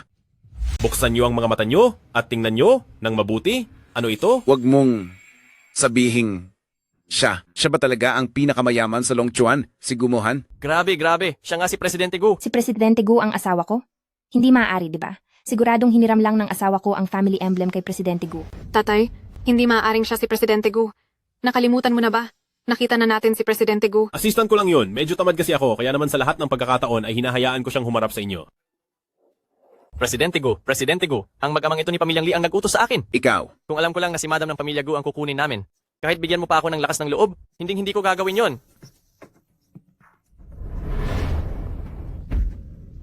Mga walang hiya, nakuha niyo pang banggain sina Pamilyang Gu at Madam, pati ako idinamay niyo pa. Anong ginagawa niyo? Nagbayad kami para kunin kayo. Li Weiwei, sinabi ko na sa'yo, kasalanan mo yan sa sarili mo. Ang gumawa ng masama, sa huli ay sarili rin ang mapapahamak. Presidente Gu, ang mag-amang ito, kung anong gusto niyong gawin sa kanila, masusunod ang gusto niyo. Presidente Gu, patawarin mo na ako sa pagkakataong ito. Alang-alang sa pagiging ama ko kay Xingyue, patawarin mo na kami sa pagkakataong ito. Sige na. Paano namang si Lee Xingyue ay nagkaroon ng ganyang swerteng pakasalan si Presidente Gu? Hindi siya maaaring maging si Presidente Gu. Bata ka, dahil sa iyo ang lahat. Dapat ay maayos ang relasyon namin ng ate mo ngayon. Pero dahil sa panggugulo mo sa gitna namin, nagkaroon ng hidwaan kaming mag-ama. Li Qingshan, mula nang magkaroon ka ng anak sa labas na si Li Weiwei, hindi na tayo mag-ama kailanman. Ibalik mo na agad ang abo ng ina ko sa akin ngayon din. Sige. Kukunin ko na to.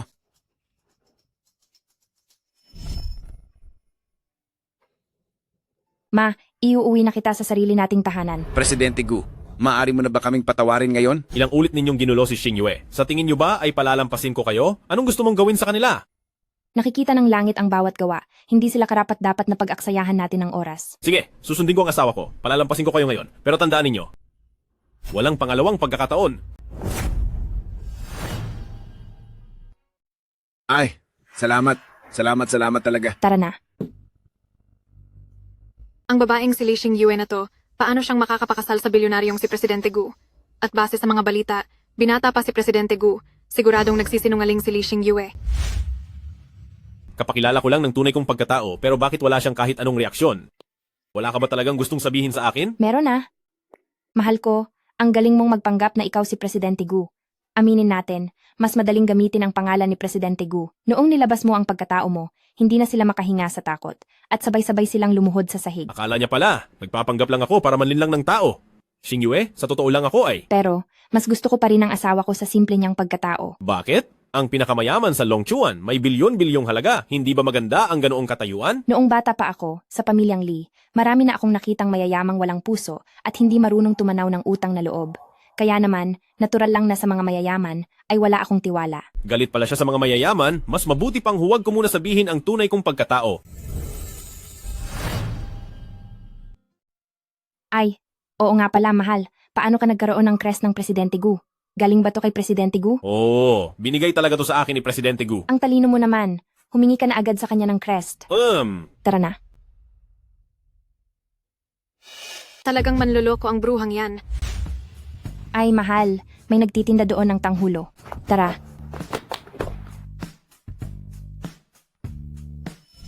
Bato-bato pick! Tanghulo kayo riyan. Shaway ba? Anong flavor ang gusto mo? Ibibili kita. Gusto ko ng ubas.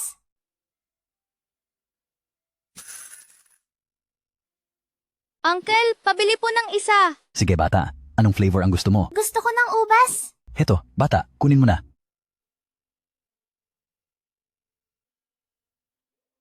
Kuya Guto, hindi ka ba kakain? Lalaki ako. Hindi ako kumakain ng matatamis. Sabi ni Mama, mas matamis ang candy kapag pinagsasaluhan. Kuya Guto, tulungan mo akong gawing mas matamis ang tanghulo na to. Sige. Mahal, gusto ko ng tanghulo. Mahal? Anong problema? Anong flavor ang gusto mong kainin? Heto.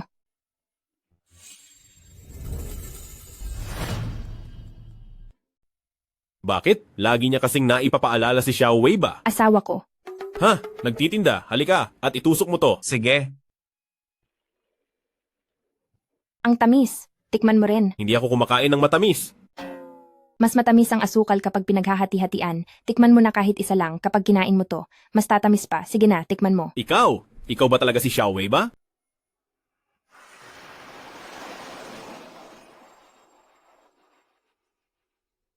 Akala mo naman kung sino kang nakaapat na gulong. Ang luwang ng kalsada, ayaw mong dumaan. Asawa ko, ano nga uli yung sinasabi mo? Gumuhan, napatunayan mo na di ba? Hindi siya maaaring maging si Xiao Wei ba? Wala lang yun. Tara na. Uy, asawa ko, antayin mo ako.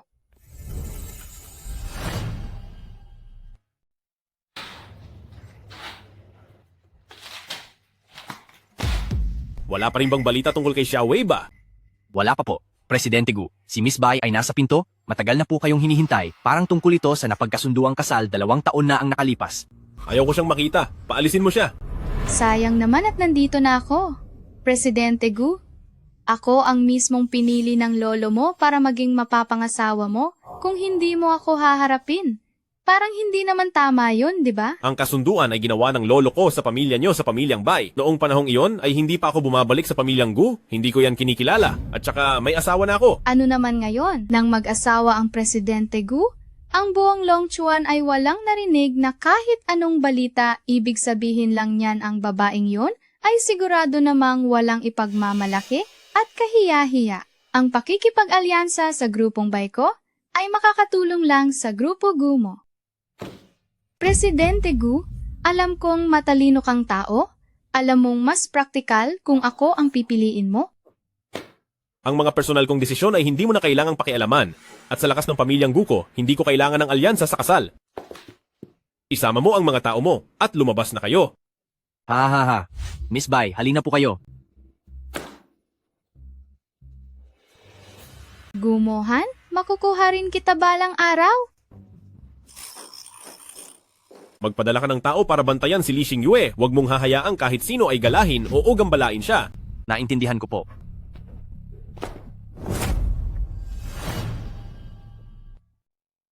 Siyasatin mo ang asawa ni Go Mohan kung sino ba talaga siya.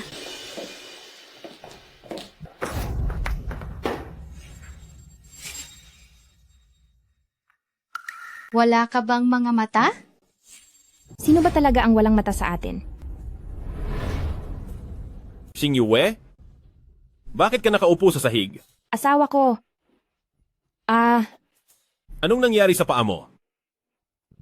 Parang hindi lang ako naging maingat kaya namali ang tapak ko. Ang sabaw ko.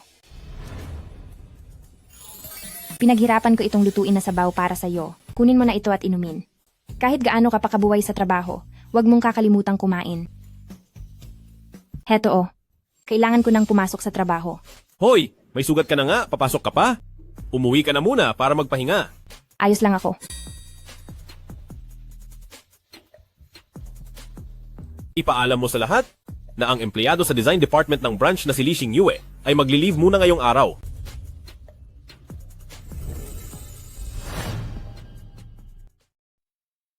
Mahal? Meron ba? Akong nasabi sa'yo? Ano yon? Ang gwapo mo talaga. Kahit hindi mo sabihin, alam ko na yan. Tara na. Ay naku.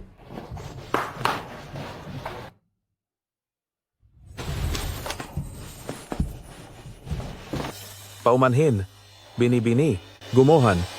Masyadong tago ang asawa niya, wala kaming nahanap na kahit ano. Mga walang silbi. Pero nalaman namin na.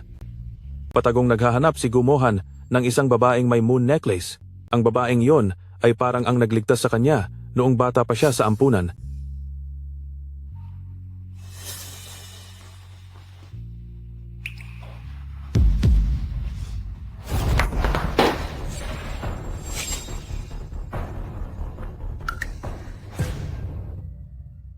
Ibig sabihin ba ang babaeng yun ang siyang nagligtas kay Gumohan? Kapag nakuha ko ang kuwintas na yan, ako na ang magiging tagapagligtas ni Gumohan at pagkatapos ay pakakasalan niya ako? Napakadali lang nun, di ba? Natatandaan mo ba iyong babaeng bumangga sa akin? Kahapon sa Gu Group, hanapin siya at dalhin sa harap ko. Masusunod.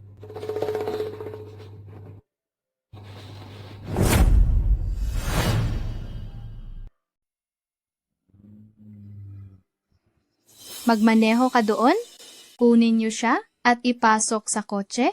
Opo. Binibini, may ibang grupo ng tao ang naunang kumilos. Sino ba talaga ang mga to? Sinira nila ang plano ko.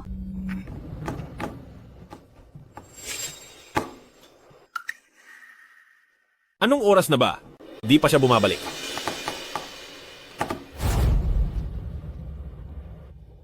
Hello? Tulungan mo akong i-check nasaan na ang misis ko.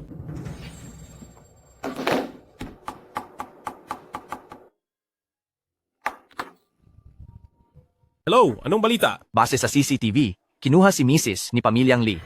Ano? Pagbabayarin ko siya.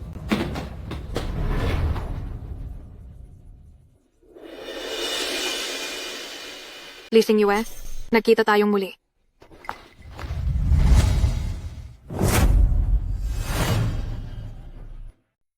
Lovely, ito bang sinasabi mong magandang klase? Totoong maganda nga siya. Li Qingshan, anong ibig sabihin nito? Mabuti pang pakawalan niyo na ako agad. Ang asawa ko ay ang Presidente Gu ng Gu Group. Mag-ingat kayo dahil hindi niya kayo patatawarin. Presidente Gu? Lovely? Anong nangyayari?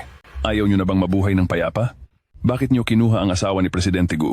President Jiang, huwag kang maniwala sa sinasabi ng masamang babaeng yan. Bilyonaryo si Presidente Gu. Paano niya magugustuhan ang dating pangit at bobong si Li Xing Yue? Tama-tama.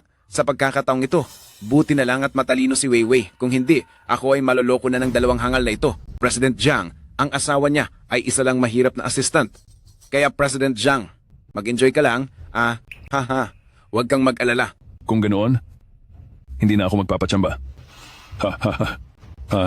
Sige. Li Qingshan, napakasama mo talagang tao. Pakawalan mo ako. Tumahimik ka. Ikaw ang gustong lumaban sa akin.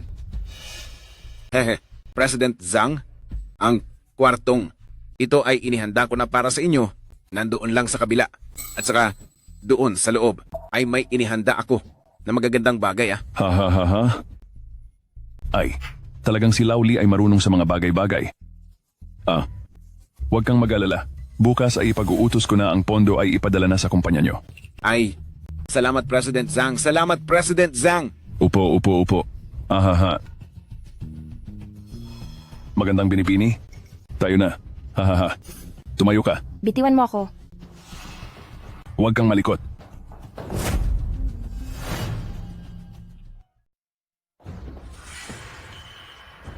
Magandang binibini. Ngayong gabi ay magsasaya tayo ng husto. Nakakadiri. Lumayo ka sa akin. Bruha ka. Ayaw mo pang tanggapin ang swerte mo. Ngayon ay mapapasunod din kita. Wawakasan mo na lang ako kung matapang ka. Dahil kung hindi, ay hinding-hindi kita mapapatawad. Ay naku, hahaha. Ang tapang mo pala, Muntik ko nang malimutan ang inihanda ng iyong ama na regalo. Mahal ko, iligtas mo ako. Mahal mo? Kahit ang langit pa ang dumating ngayon, ay wala nang makakaligtas sa iyo. Wala nang ingay. Mukhang nakuha na ni President Zhang ang gusto niya. Sino ang nagbigay sa inyo ng lakas ng loob? Napasukin ang aking aray. Pa, Nasaan ang asawa ko? Presidente Gu, kahit pa assistant niyo siya, ay wala siyang karapatang manakit ng tao, di ba? Idilat mo ang iyong mga mata at tingnan mong mabuti. Ito ang totoong Presidente Gu. Ha? Siya ang totoong Presidente Gu. Yari na. Tapos na tayo.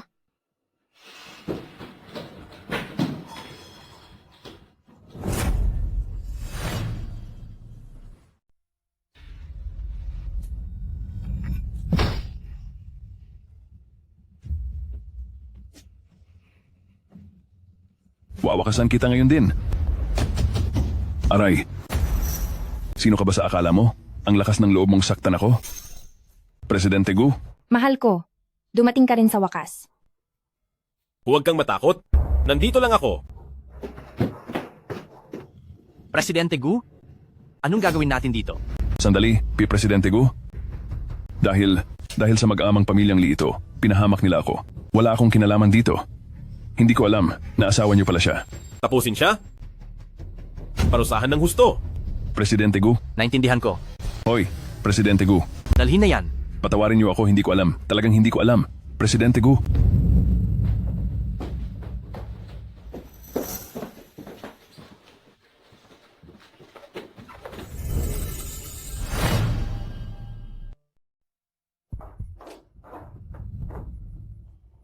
Presidente Gu, naging bulag ako. Hindi ko dapat kayo kinalaban. Patawarin niyo po ako. Presidente Gu, nagkamali ako. Hindi dapat nagsalita ang madumi kong bibig. Sasampalin ko ang sarili ko. Presidente Gu, nakikiusap ako. Patawarin niyo ako. Ang pinakamalaking pagkakamaling ginawa nyo ay hindi ang kawalan ng galang sa akin, kundi ang apihin si Xingyue. Sirain ang mga mukha nila at itapon sa dagat. Wag po, Presidente Gu. Presidente Gu? Hoy, Presidente Gu. Huwag kang lalapit.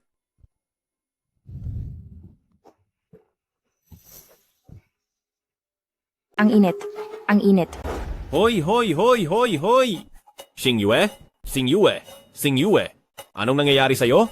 Sandali, tumawag kayo ng doktor. Presidente Gu? Halatang ang ginang ay tinamaan ng aphrodisiac. Sa ngayon, ang kailangan niya ay lalaki. Mas mainam yun kaysa sa doktor, di ba?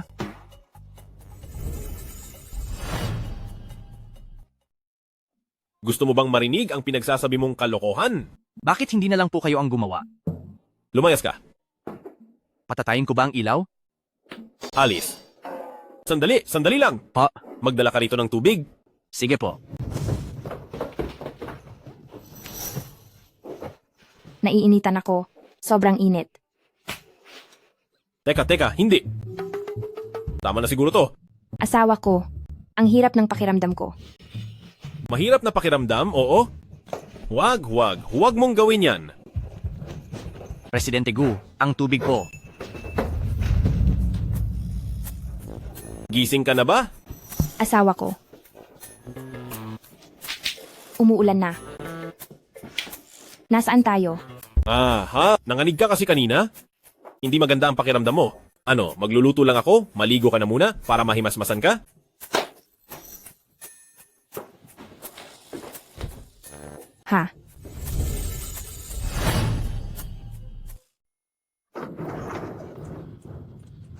Kuya, ikaw, pakawalan mo na kami. Mamaari ko kayong bigyan ng pera. Kahit anong gusto nyo ibibigay ko ang lahat. Oo, tama. Marami akong pera, ibibigay ko ang lahat sa inyo. Basta patago nyo kaming pakawalan. Hindi rin ito malalaman ni Presidente Gu. Tumahimik kayo. Isakay sila sa sasakyan.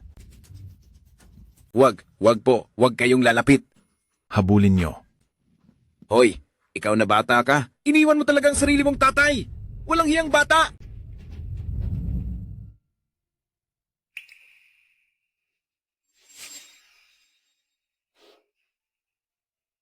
Nasaan ang kuwintas ko?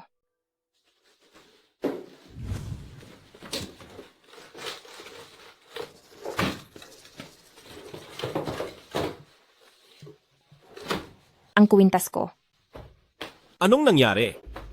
Uy, asawa. Nawawala ang kuwintas ko. Baka naiwan doon sa pamilyang Lee. Pero alaala iyon na iniwan sa akin ng nanay ko. Huwag kang mag-alala, papahanap ko yun para sa'yo. Hello? Presidente Gu, nakatakas si Li Weiwei. Ano? Ano bang ginagawa nyo? Kunin nyo siya pabalik.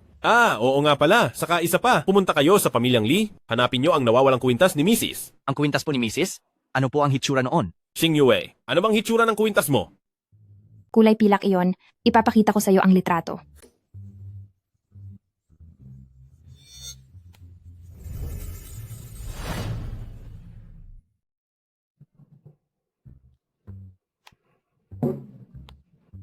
Anong nangyayari?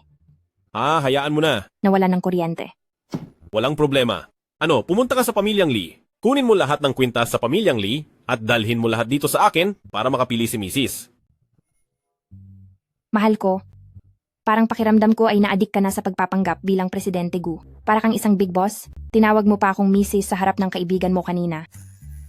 Mali lang ang narinig mo. Tinawag ko ang Mrs. ko. Ano? Parang may nilulutong sabaw sa kusina. Pupuntahan. Sige.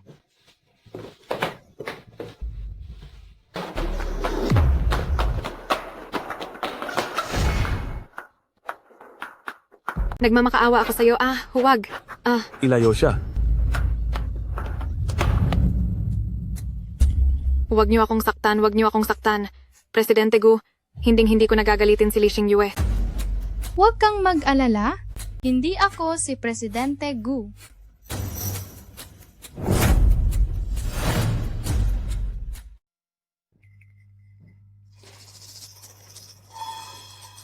Sino ka? Anong lugar ito? Basta't maging mabait ka at sagutin ang ilang tanong ko, papakawalan kita. Kilala mo ba ang kwintas na ito? Hindi ba ito ang kwintas ni Li Xingyue? Bakit mo hinahanap ang kwintas na yan? Kapag ba nahanap ang kwintas, papakawalan mo na ako? Nasa iyo ang kwintas? Basta't makikinig ka, ibigay mo sa akin ang kwintas at siguradong papakawalan kita.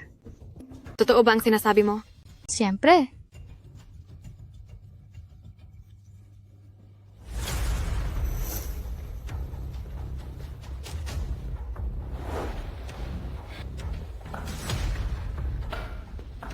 Kung ganoon, pwede na ba akong umalis? Aalis? Pakakawalan kita? Paano kung ang isang tulad mong istorbo ay sirain ang mga plano ko? Anong gagawin ko? Wala naman akong alam kung bakit mo gusto ang kwintas na iyon at pagmamayari ni Li Xingyue. Sinong nagsabing kailangan mong malaman? Ang kwintas na ito? Kay Li Xingyue ito. Ilayo niyo na siya rito? Hindi. Bitawan niyo ako.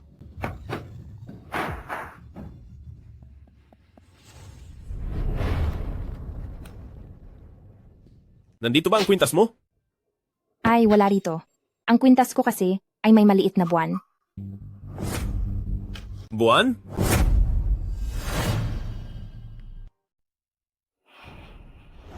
Sabihin mo sa akin, sa kwintas mo, mayroon pa bang... Hello? Presidente Gu, nahanap na si Miss Littletail. Pupunta na ako riyan ngayon din. Ay, mahal, saan ka pupunta? Xiaowei ba? Bakit ikaw yan? Kuya Mohan, ako nga si Xiaowei ba? Noong nagkahiwalay tayo noon, akala ko hindi na kita makikitang muli. Natatandaan mo pa ba ang kwintas kong ito? Xiaowei ba? Ikaw nga talaga si Xiaowei ba? Sa wakas, nahanap na kita.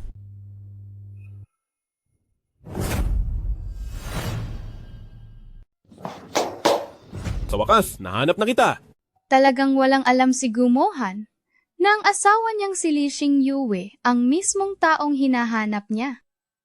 Bakit kahit ngayong yakap-yakap ko si Xiaowei ba? Parang may mali pa rin? Nga pala, noong iniligtas mo ako noon at inilayo mo ang mga masasamang tao, paano ka ba nakatakas? At saka, paano ka naging ang anak ng mga pamilyang bay?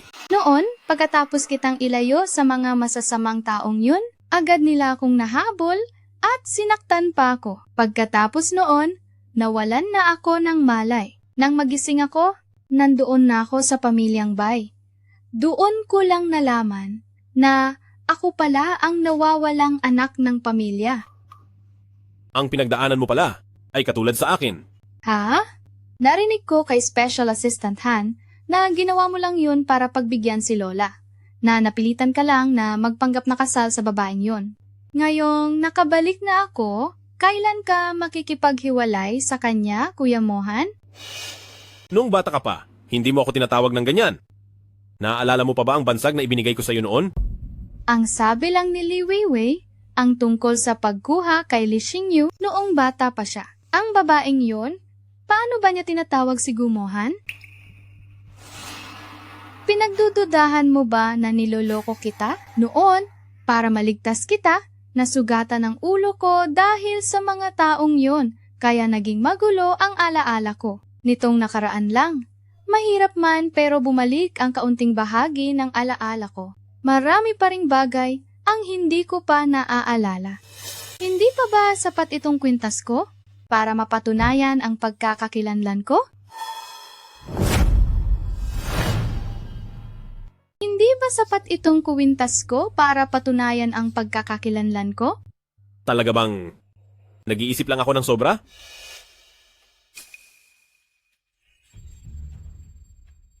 Pasensya na. Ayos lang. Kuya Mohan, pwede mo ba akong ihatid sa bahay? Oh, meron pa akong trabaho. Special Assistant Han. Nandito po. Ano, ihatid mo si Miss Bai pabalik? Sige po.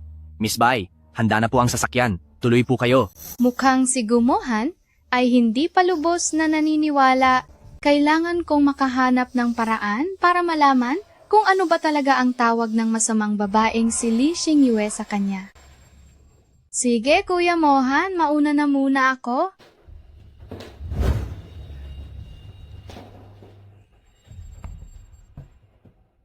Presidente Gu, ihahanda ko na ba ang para sa inyo ng asawa nyo? Ay, mali ang sa inyo ni Miss Li Xingyue na dokumento para sa paghihiwalay? Wag muna. Magpadala ka ng tao para imbestigahan si Baiyue. Kahit na nasa kanya ang kuwintas, nararamdaman ko pa rin may hindi tama. Naiintindihan ko po. Palabasin niyo ako. Palabasin niyo ako. Palabasin niyo ako. Pakiusap. Pakawalan niyo na ako. Hindi ko sasabihin sa iba na ang kuwintas na ito ay kay Li Xing. Paano ba talaga tinawag ni Li Xingyue si Gumohan? Ang detalye ng pagbabalik niya mula sa ampunan, sabihin mo sa akin ang lahat. Naalala ko na. Bilis, sabihin mo, ano ang naalala mo? Noong nawala siya sa sarili, lagi siyang may tinatawag na Kuya Agu, Kuya Guto. Kuya Guto? Sa pagkakataong ito ay hindi na maghihinala sa akin si Gumohan? Binibini, maayos ka lang ba? Paalisin at ayusin mo na siya ng tuluyan. Presidente Gu, ayon sa investigasyon, itong si Miss Bai ay 7 taong gulang nang ibalik sa pamilyang Bai. Ang lahat ng impormasyon ay tumutugma. At isa pa, nasa kanya rin ang kuwintas nyo, kaya siya na nga siguro ang taong hinahanap nyo, di ba? Naintindihan ko na.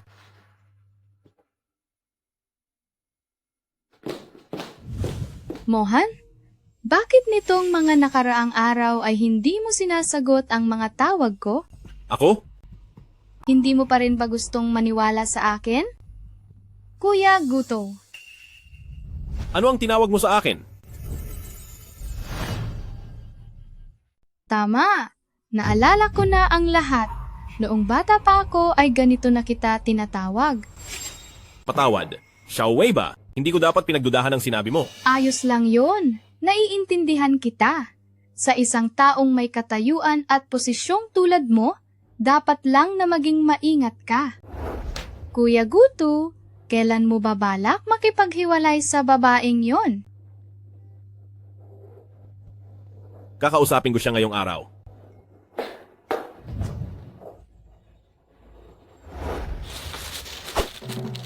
Sariwa ang mga talaba ngayon.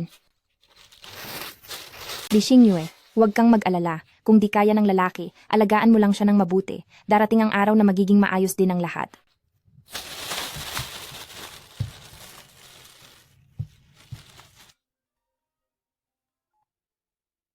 Hello? Kailangan mong umuwi ng maaga ngayon. Binilhan kita ng magagandang pagkain para lumakas ka. Ako? Hindi ako makakauwi ngayong gabi. May meeting pa ako. Ibababa ako na to. Ay. Anong nangyayari sa asawa ko ngayon? Parang may kakaiba sa kanya. Presidente Gu, 2 oras na po tayong naghihintay dito sa loob ng sasakyan.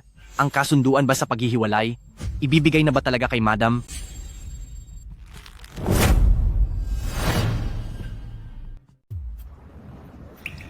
Payong? Halata namang nasa asawa mo ang atensyon mo, pero bakit may paiba ka pang babae?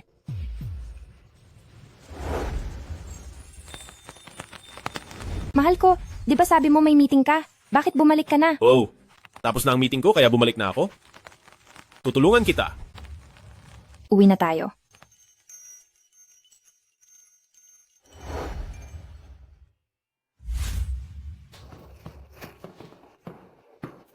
Ay nako, sabi ko naman sa'yo, wag mo nang itutok ang payong sa akin. Tignan mo na babasa ka na. Punasan kita.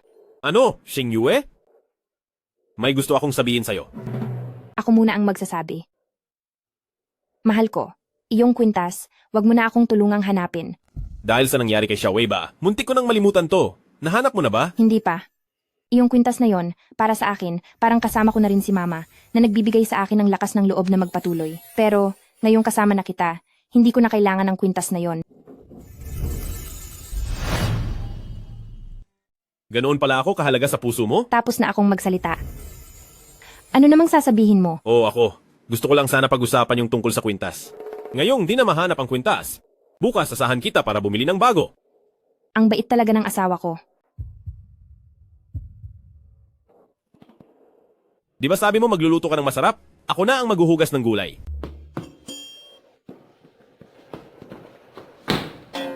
Sa buhay kong ito, hindi naman siguro ako magugutom ng ganito palagi, di ba? Dapat 6 na talaba ang ulam mamaya. Di ako naniniwalang di niya kaya. May nagustuhan ka ba? Nababaliw ka na ba? Ang pinakamura dito ay 200,000 piso. Paano natin mababayaran yan? Tara na! Sandali. May diskwento ako. Nakalimutan mo na ba? Si Presidente Gu ang may-ari ng mall na ito at assistant niya ako. Bilang reward sa akin dahil sa pagsisikap ko sa trabaho, lahat ng bibiling ko dito, makukuha ko sa pinakamababang presyo. Talaga? Kung ganoon, Pumili ka na. gusto ko sanang subukan to. Tutulungan kitang isuot yan. Sige.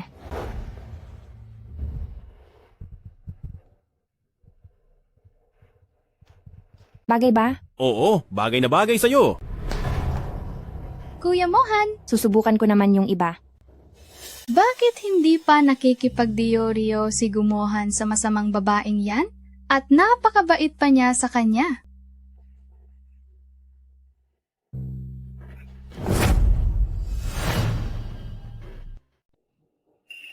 Hoy, ano? Di ba pupunta ka sa banyo? Nandoon ang banyo. Oo, pero hindi naman ako ganoon nagmamadali.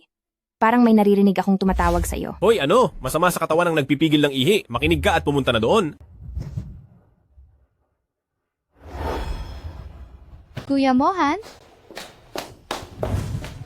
Kuya Mohan, di ba sabi mo makikipagdiborsyo ka na sa kanya? Bakit mo pa siya dinala para bumili ng ganito kamahal na alahas at napakabait mo pa sa kanya? Nangako ako sa kanya, tutulungan ko siyang mahanap ang mga shares na iniwan ng nanay niya. Pagkatapos nito, makikipagdiborsyo na ako sa kanya. Kuya Mohan, hindi kaya nahuhulog ka na sa kanya, kaya hindi mo na kayang makipaghiwalay? Hindi ah. Ikaw lang ang mahal ko, Xiaowei ba? Kung ganoon, kahit hiwalay na kayo, pwede mo pa rin naman siyang tratuhin ng mabuti. Hindi ko naman mamasamain iyon. Kung hindi mo kayang sabihin sa kanya, ako na ang magsasabi para sa iyo. Xiaowei ba? Siguradong makikipagdiborsyo ako sa kanya, pero hindi pa ngayon. Lumabas ka muna. Hindi ko akalain na ang masamang babaeng si Li Xingyu ay ganito pala kaimportante sa puso ni Gumohan. Kanina, nagselos lang talaga ako. Kuya Guto, alam kong alam mo ang ginagawa mo. Kuya Guto, gusto ko rin ng kuwintas. Itong card na ito, kunin mo. Gamitin mo kahit magkano. Nga pala. Gusto ko ring pumasok sa Go Group para mag-aral. Pwede ba? Sige ba, hanapin mo si Special Assistant Han, tutulungan ka niya. Salamat, Kuya Guto. Kailangang mapaalis ko si Li Xingyue. Si Gumohan, dapat ay sa akin lang.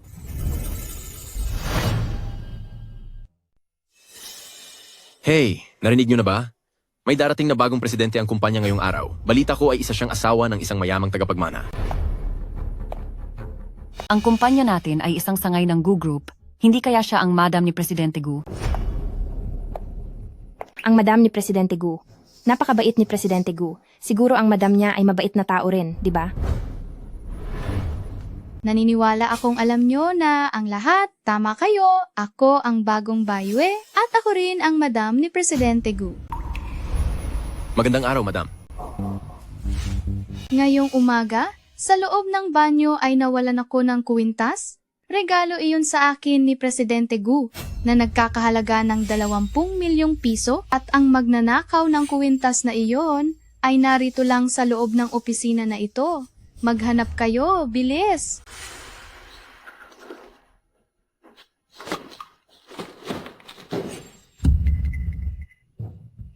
Ay, hindi ba ito ang kuwintas ko? Ikaw pala ang kumuha ng aking kuwintas. President Bai, nagkakamali po kayo. Binili to ng asawa ko para sa akin, hindi ito sa inyo. Matigas pa ang loob mo.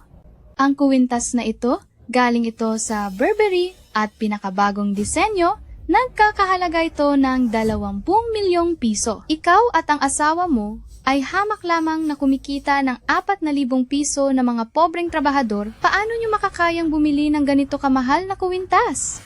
Iba ka talaga, Li Xingyue. Di ko akalain na isang bagay na 20 milyong piso na gaya mong kunin. Hindi ba ang asawa mo ay assistant ni Presidente Gu? Kahit gaano kayo kahirap, huwag kayong kukuha ng pag-aari ni Mrs. Gu. Hindi ko to kinuha. President Bai, binili ito ng asawa ko kahapon lang sa mall para sa akin. Sa pananalita mo lang, paano ko malalaman kung totoo o hindi? Gawin na lang natin ito. Tawagin mo ang asawa mo rito, patunayan mo sa akin. Sige. Sa cellphone ng asawa ko ay may record ng bayad, mapapatunayan niya yon.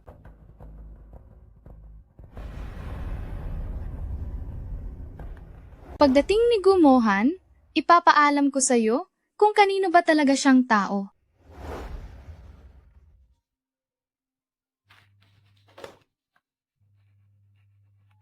Hello, Xingyue. Ano? Papunta na ako agad. Xingyue? Xingyue? Anong nangyari sa'yo? Mahal ko. Kuya Mohan, ang babaeng ito, kinuha niya ang kuwintas ko.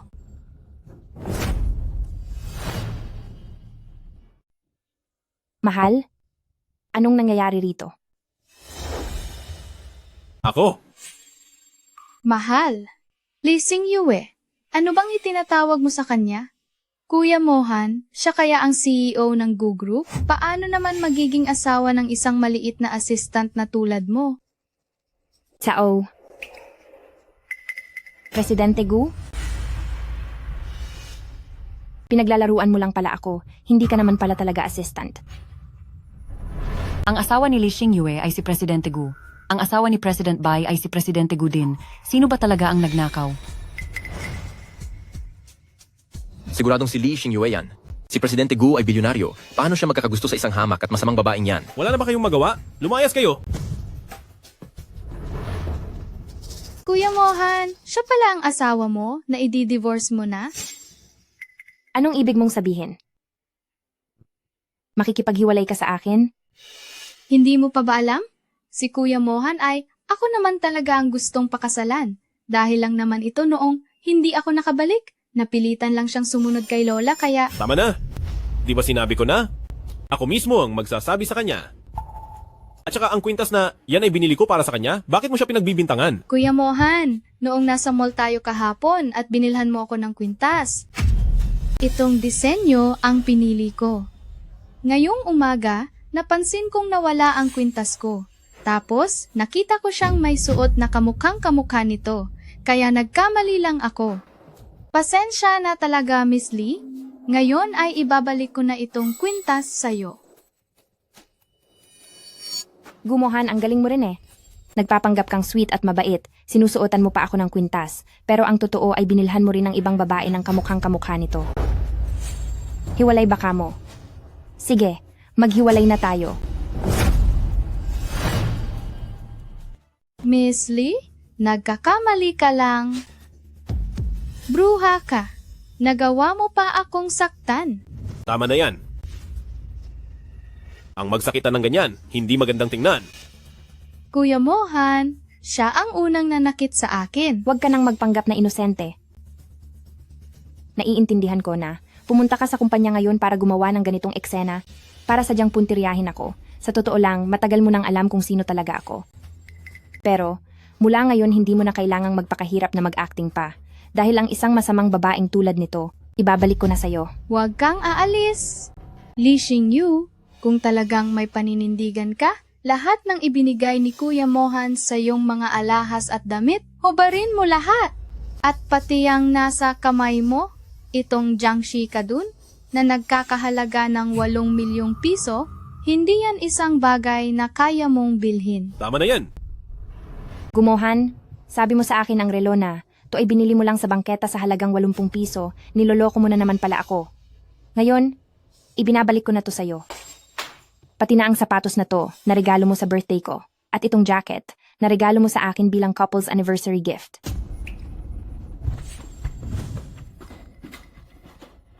O sige, pati itong suot ko sa loob, na binili mo rin para sa akin, gusto mo bang hubarin ko rin at ibigay sa'yo? Lee Xingyue, huwag mo nang hubarin.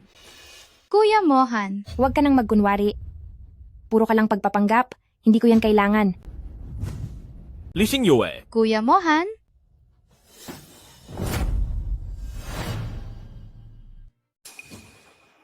Lee Xingyue. Gumohan, pinaglalaruan mo lang ako at ginagawa akong tanga, hindi ka pa ba nagsasawa? Araw-araw akong nagtitipid sa bawat sentimo. Buong tapang ko pang sinabi na bibigyan kita ng magandang buhay. Natatawa ka lang sa akin, di ba? Patawad. Iniligtas ako ni Bayue noong bata pa kami. Kailangan ko siyang panagutan. Eh di pumunta ka sa kanya. Panagutan mo siya. Bakit mo pa ako hinahabol? O baka naman, ikaw Presidente Gu ay hindi pa tapos manloko at gusto mo pa akong magmukhang katatawanan para mapanood nyo ng mahal mo? Lee Xingyue, hindi kita niloloko. Noong pinakasalang kita, ginawa ko lang yun para makaiwas sa pamimilit ni Lola. Pero kinalaunan, talaga namang... Gumohan, nababaliw ka na. Gusto mo ba talagang sabihing mahal mo si Lee Xingyue? Ang dapat mong mahalin at pakasalan ay si Xiao Wei ba? Patawad. Kahit anong gusto mo, handa kitang bayaran? Pati na ang kalahati ng share sa Grupo Gu, ibibigay ko sa'yo. Sa tingin mo ba, kailangan ko ang maruming pera mo? Ang kabutihang pinakita ko sa'yo noon, parang itinapon ko lang sa aso. Mula ngayon, wala na tayong kinalaman sa isa't isa. Ang divorce papers, ipapadala ko sa'yo sa pamamagitan ng abogado.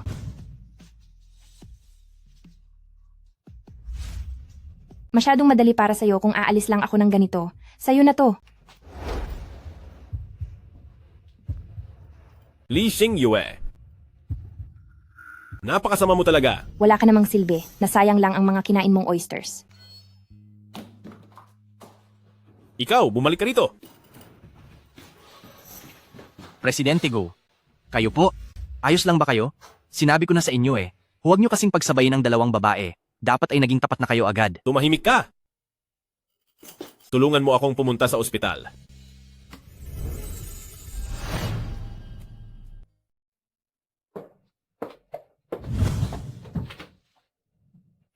Mohan, Anong ginagawa mo rito? nabalitaan ko mula kay Special Assistant Han na may sakit ka kaya gusto kitang puntahan para alagaan ang babaeng si Lee Xingyue. Masyado siyang malupit. Nagawa niya pa talagang Sapat na, huwag mo nang ituloy. Marami pa akong trabaho, lumabas ka muna.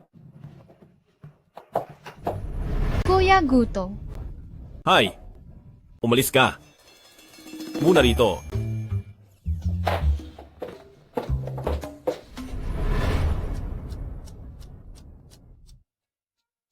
Presidente Gu. Hindi ba talaga uubra sa inyo?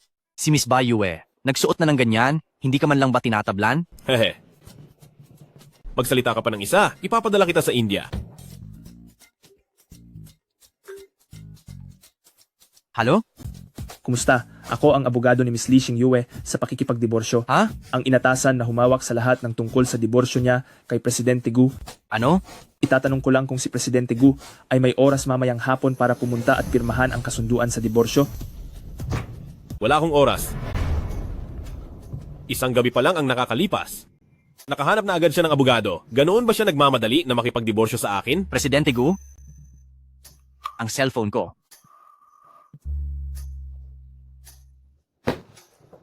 Presidente Gu, naisip niyo ba? Na sa totoo lang ay ayaw niyo talagang makipagdiborsyo kay Madam. Mahal niyo siya.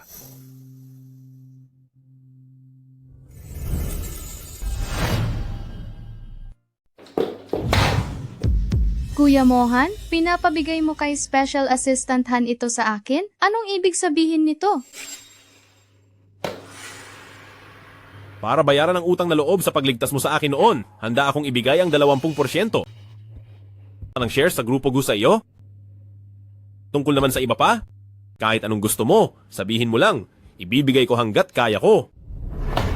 Ikaw ang gusto ko?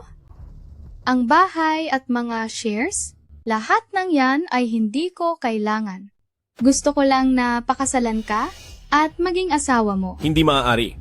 Hindi ako makikipaghiwalay sa kanya. Dahil nagsisimula na akong mahalin si Xingyue. Gu Mohan, nakalimutan mo na ba noong bata pa tayo? Nailigtas lang kita ay naranasan ko ang pananakit ng mga masasamang tao na yon?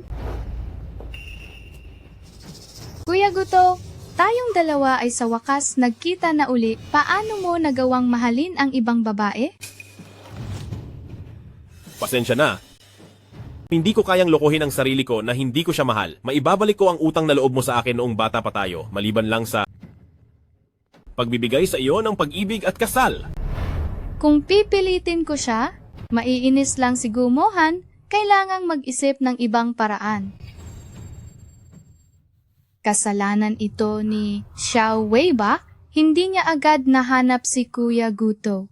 Dahil mayroon ka na palang mahal? Binabati na lang kita. Talaga? Kung masaya si Kuya Guto, masaya na rin si Xiao Wei ba? Hindi ko kailangan ang mga shares. Ayokong maging parang hindi tayo magkakilala. Salamat sa iyo. Xiao Wei ba? Gumohan, akala mo ba ang 20% ng Grupo Gu ay sapat na para paalisin ako? Pakakasalan kita at kukunin ko ang buong Grupo Gu.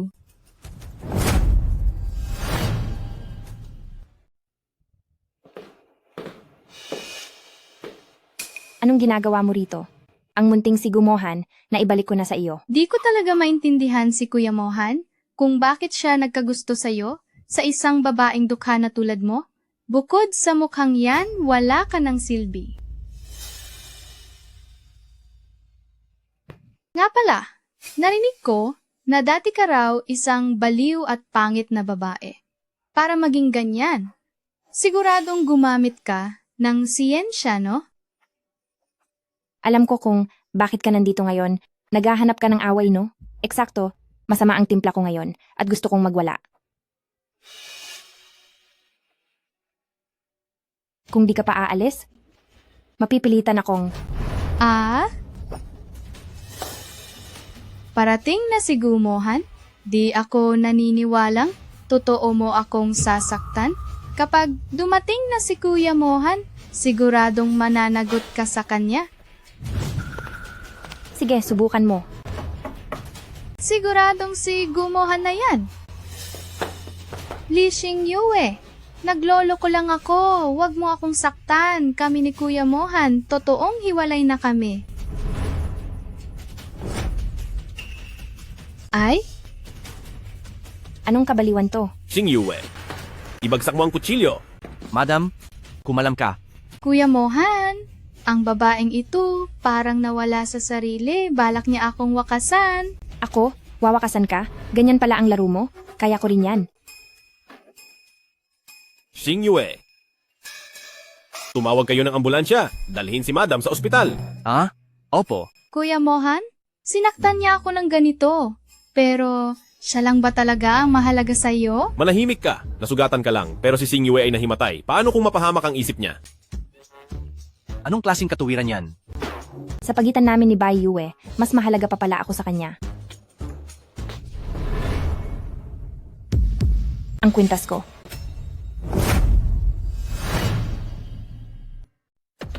Sinasabi mong sayo ang kuwintas na to? Bakit nasa sayo ang kwintas ko? Nagsisinungaling ka? Malinaw na sa akin ang kuwintas na ito. Kuya Mohan, wag na wag kang makikinig sa mga kasinungalingan ng babaeng yan. Tumahimik ka. Siya ang tinatanong ko, hindi ikaw. Ibinigay ito sa akin ng nanay ko na kwintas na Xingyue. Dati ay mayroon itong maliit na bituin, pero hindi ko sinasadyang noong nasa ampunan pa ako ay naiwala ito. Ang sinasabi mo ay ang kuwintas na ito? Xiaowei ba? Ikaw ba ay? Si Kuya Guto? Kuya Mohan, wag kang magpapalinlang sa kanya. Ako ang totoong Xiaowei ba? Nagsisinungaling ka. Dahil sa iyo ang lahat, dapat kang magpasalamat na hindi ka nagdulot sa amin ni Xingyue ng mas malalim na gulo. Kung hindi, papanagutin kita. Ilabas ang taong ito. Ayaw ko nang makita ang mukha niya. Simula ngayon, tanggalan ng lahat ng resources si Pamilyang Bai sa buong Longchuan. Naintindihan ko po. Tara na.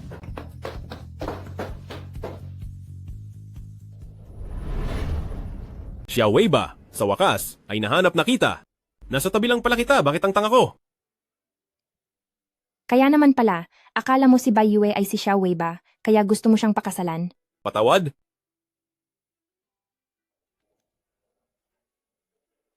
Xingyue, magpakasal kang muli sa akin. Mula ngayon, magsasama na tayo habang buhay.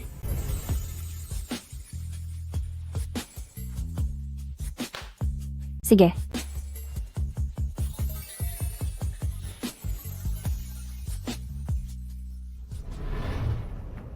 Mayroon bang laman sa loob nito?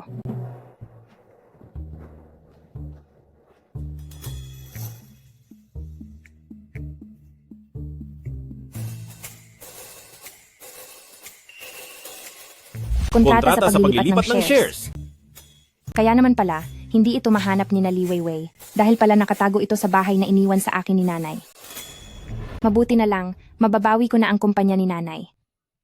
Kung ganoon, ibig sabihin, pwede na rin kitang ibili ng mamahaling kotse at bahay. Sa yaman mong yan, mukhang hindi mo na kailangan. Sinong nagsabi? Inilipat ko na ang lahat ng shares ng kumpanya ko sa ilalim ng pangalan mo. Mula ngayon, ikaw na ang bilyonaryong boss. Isang maliit na empleyado lang ako. Asawa ko, di mo naman ako iiwan, di ba?